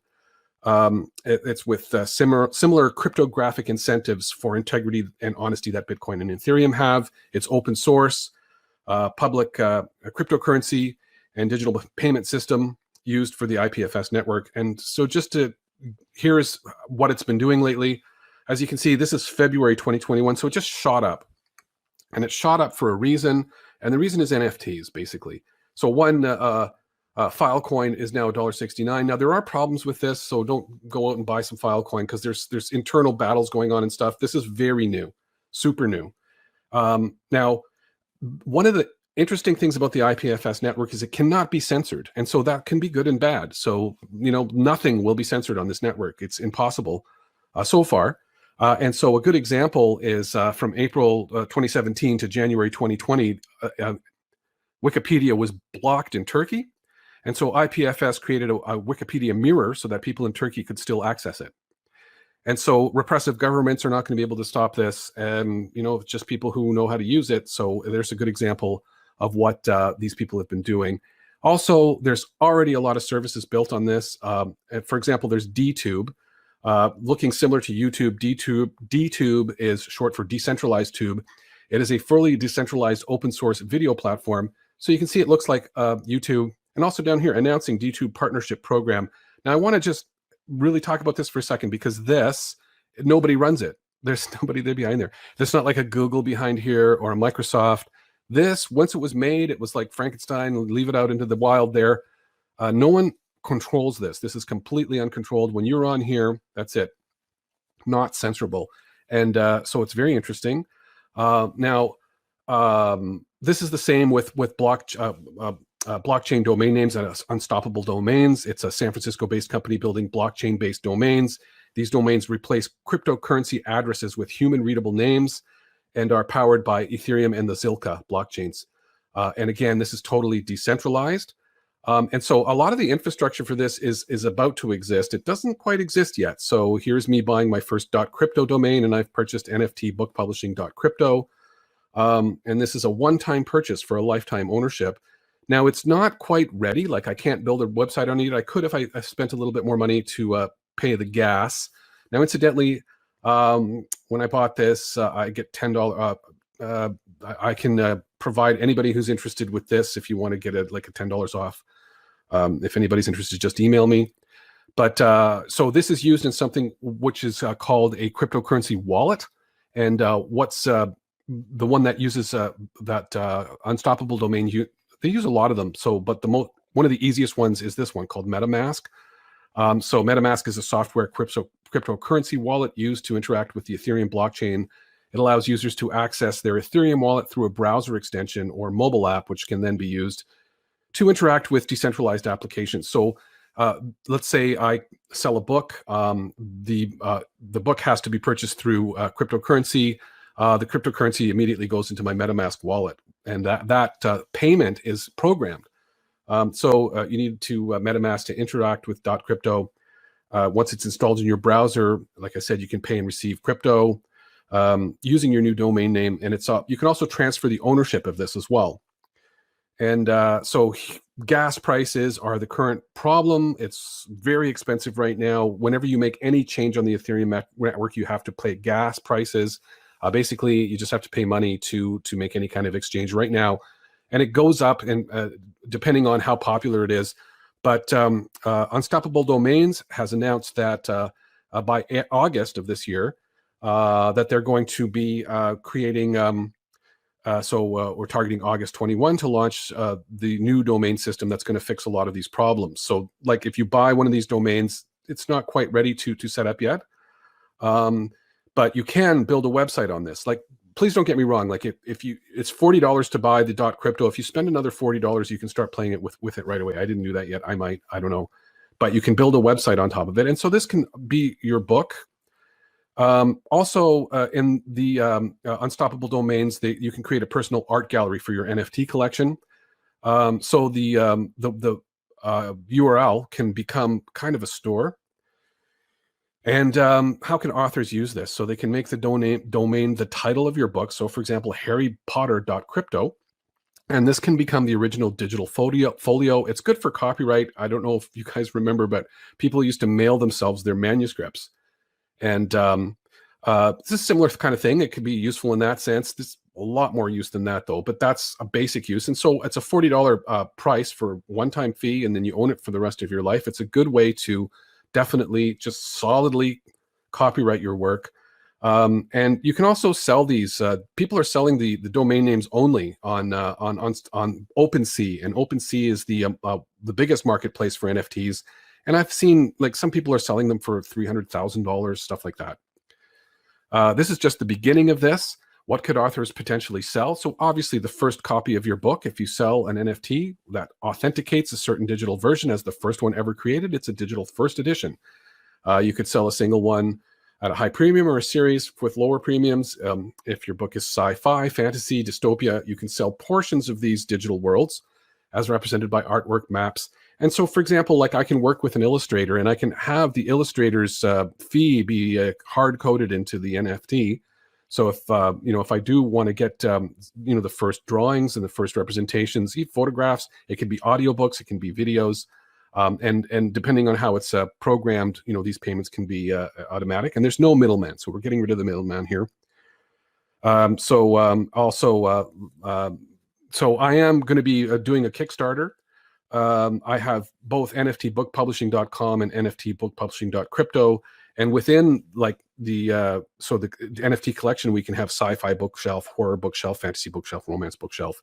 And it could be a place for people to trade, this kind of stuff. Now, I just want to say that this is just going to be another platform, but different with better commission. And so what we're seeing with commissions for people who are doing this is something like 90% commission going to the artist, 4% going to whoever is running the platform. So it's not going to replace Kindle, Barnes, Kobo, Apple, Readsy, Lulu, Ingram Spark, Publish. It's not going to replace any of these. However, the incentive might be a little better to do that. Now, all we have as a barrier is whether it's going to be adopted. It's all about hype. However, this is happening now, and it's very young. So this is like getting into the internet in 1993. What would Andy do? I know what Andy would do. Andy would create an NFT art factory, and so that's my presentation. And I'm gonna go back here. No, okay. Why can't people see me? So I'm hoping people saw that, because for some reason I'm not on screen, which I don't understand. Okay, that's why. Now I know.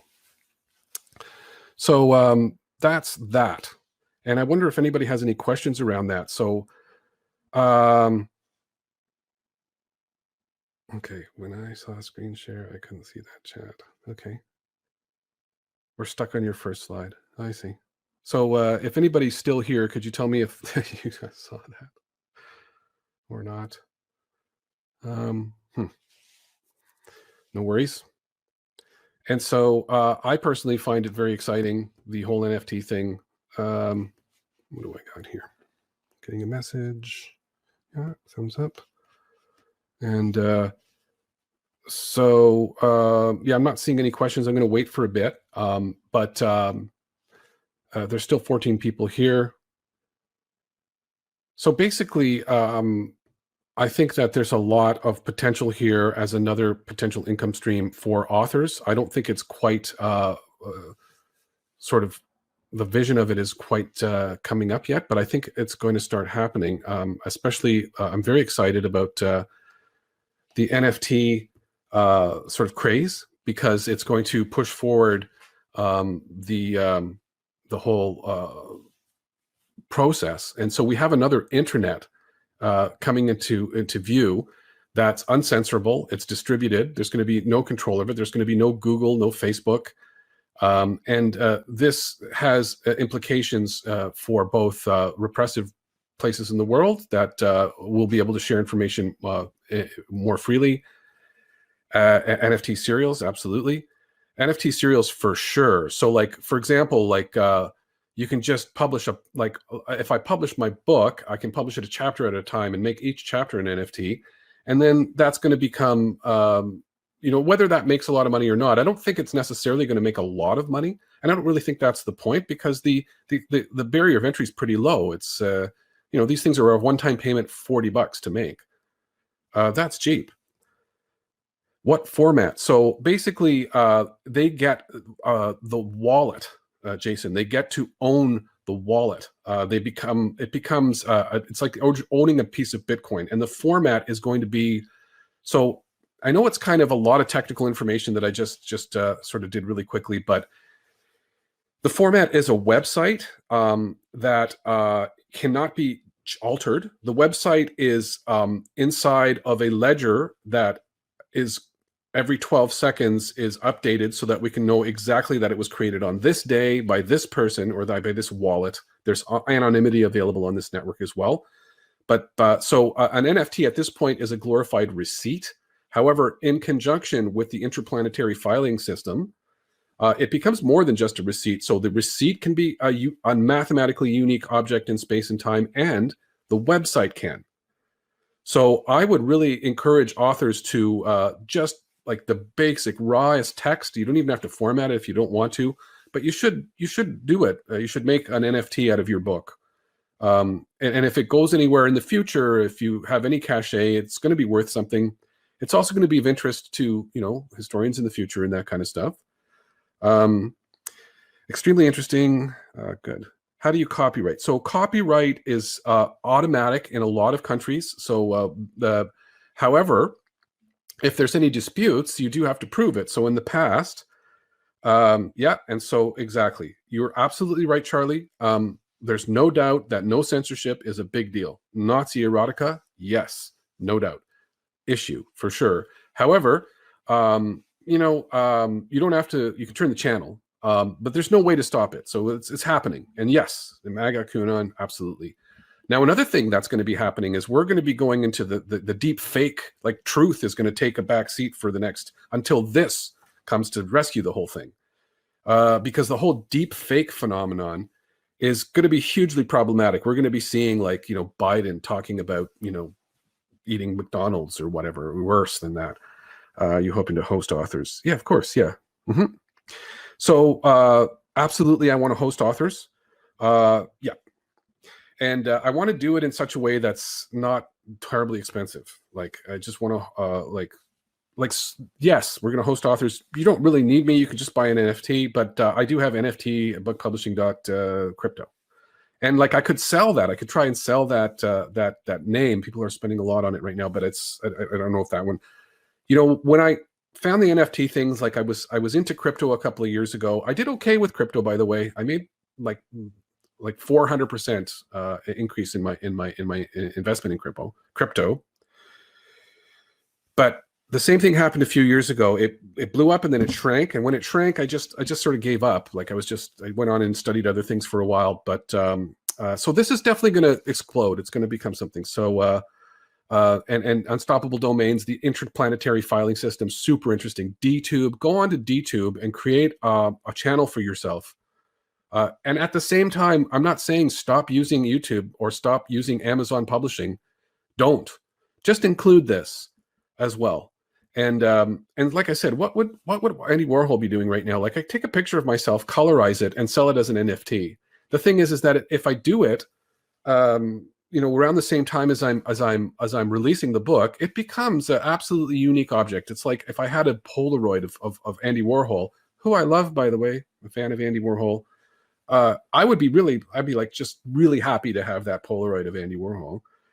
And so wide open right now. I think Filecoin's probably going to explode. What's been going on with Filecoin is that the miners had a strike, and then the people making the platform shut it down for like a half a day. And I think that accounts for why it dipped for a bit. So NFTs are super cool. Some people think NFTs also stand for notorious first. Yeah. And transferable.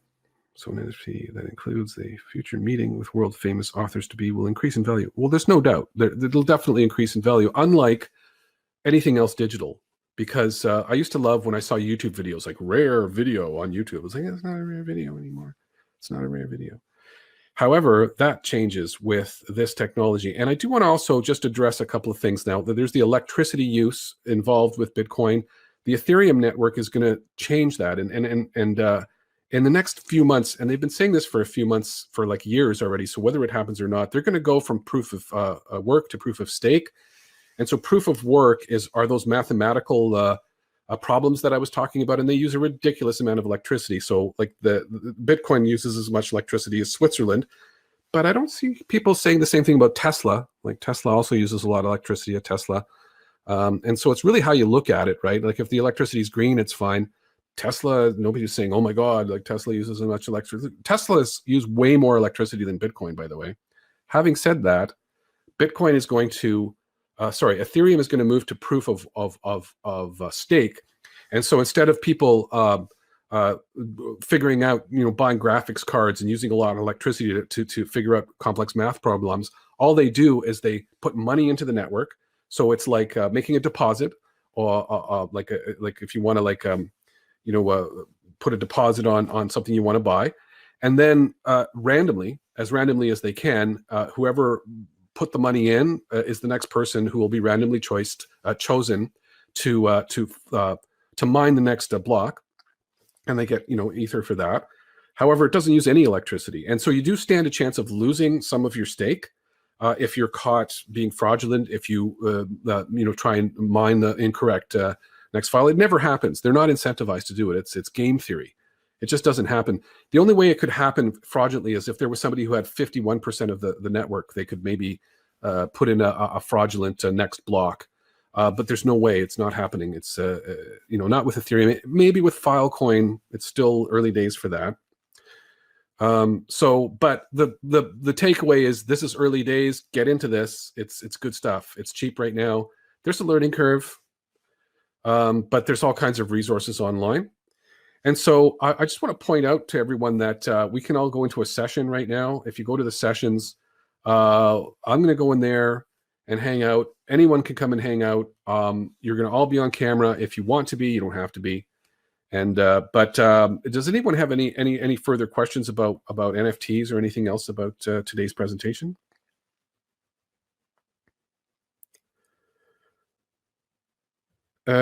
Well, it's a bet on your future fame. No, it's not just that. It's also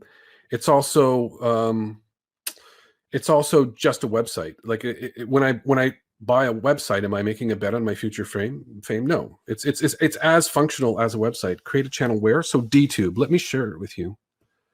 DTube, decentralized tube. By the way, Alex Jones is on DTube. And he's going to stay there too. So. Now it's not like joining YouTube at all. You need a crypto wallet. You need to put some cryptocurrency there. And like, there's this whole thing with, we should create a channel. Yeah, absolutely. Create a channel. Create a channel on DTube. Yeah. About your writing, about you. I mean, I have a YouTube channel, I have a bunch of them. And so it's, the great thing about DTube is it's just, there's nobody behind it. It's done, it's created. All the programming is immutable. It can't be changed anymore. I need a bit more explanation to understand it better, please. So what can you give me a specific, what you understand better? Because there's a lot here. So basically an NFT is a unique object, a digitally unique object. So, you know, when I went to the British Museum, I saw Alice in Wonderland's, Lewis Carroll's handwritten folios. And they're under glass, they're worth millions. It's that. And in our digital world, like I write directly into Google Sheets. And so when I do that, the source of truth, the original manuscript, there's nobody's guessed. Like I email it to myself, it's everywhere. There's no source of truth. However, when I make an NFT, that is a singular source of truth. It's marked at a specific time. It can't be recreated, and it's every 12 minutes, 12 seconds rather, on the Ethereum network. It's updated to prove that that is the original. So that's what it does. It creates a digitally original object. And so as a writer, I could, like, let's say I have an actual launch, which whatever, let's say that's a bookstore or something, I can have somebody photographing the event. And like these days, photographs are digital. If I put it on the IPFS network, the digital object becomes the verifiable original photograph of that event. Now, I'm not suggesting people are going to make millions doing this as book authors. Like the ones that are famous will. However, it's another potential income stream. So let's say I work with an illustrator illustrating my book. I can make original illustrations, or I can get them to, and I can design the smart contract in such a way that if anybody buys the book and the package, whatever it might be, let's say it's a collection of, there's the book and some photos and some illustrations. As soon as anybody purchases that, then instantly the money is sent to the illustrator, whatever we've decided in the smart contract, which can never be changed once it's created.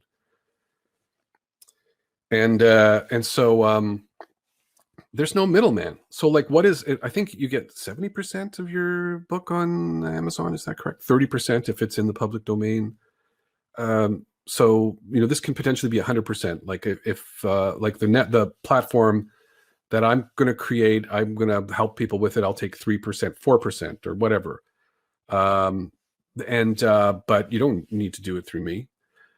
You know, if you buy $40 one-time payment of a unstoppable domain, that's it. You've paid $40, and now you have an NFT.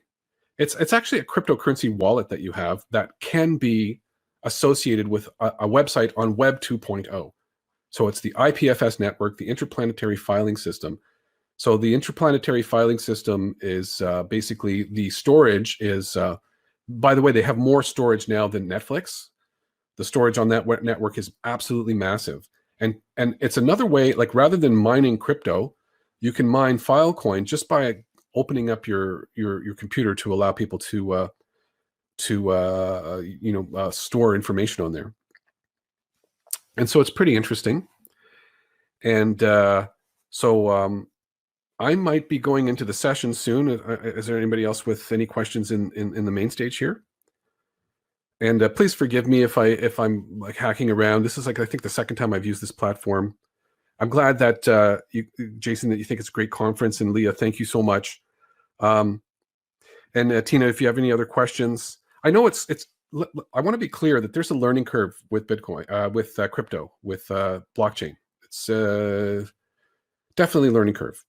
So in order to create a smart contract, you need at least JavaScript coding skills, the Solidity network. However, it's not the same skills you would need for a website. It's pretty simple stuff. Basically, you're creating a smart receipt. Now, the smart receipt in the metadata can be associated with a website on the IPFS network. So within the metadata, which is immutable, it's never changeable, will always be pointing towards the website, which is also immutable and unchangeable. So once I create the NFT associated with the address on the interplanetary file system, it's immutable. It's a tradable object. It's a one of a kind. It's not like it's not like the websites are now, like that are just digitally not traceable as the original. So it becomes an original object. Now with anything else, like money is a bizarre concept in that, like, you know, this piece of paper has this power. It's the same. There's a certain abstractness when it comes with money. Without a doubt, it's a completely abstract thing. However, it depends on whether we decide whether it has value. And so if book publishing in this manner is going to become popular, it has to have hype. It's all about hype. Like, it's unbelievable what people are getting for these ridiculous, I don't want to say ridiculous, for artwork on these platforms. You know, there's big money behind here, and it's become big business. Okay, and so I'm going to leave the stage and I'm going to go into the sessions. And if anybody wants to join me in there, I will meet you in there. So thanks for coming, guys. I really appreciate it. I think I mentioned this before, but this should be recorded, and I'm going to send everyone a recording of the event if I can, if it worked. Okay, signing out.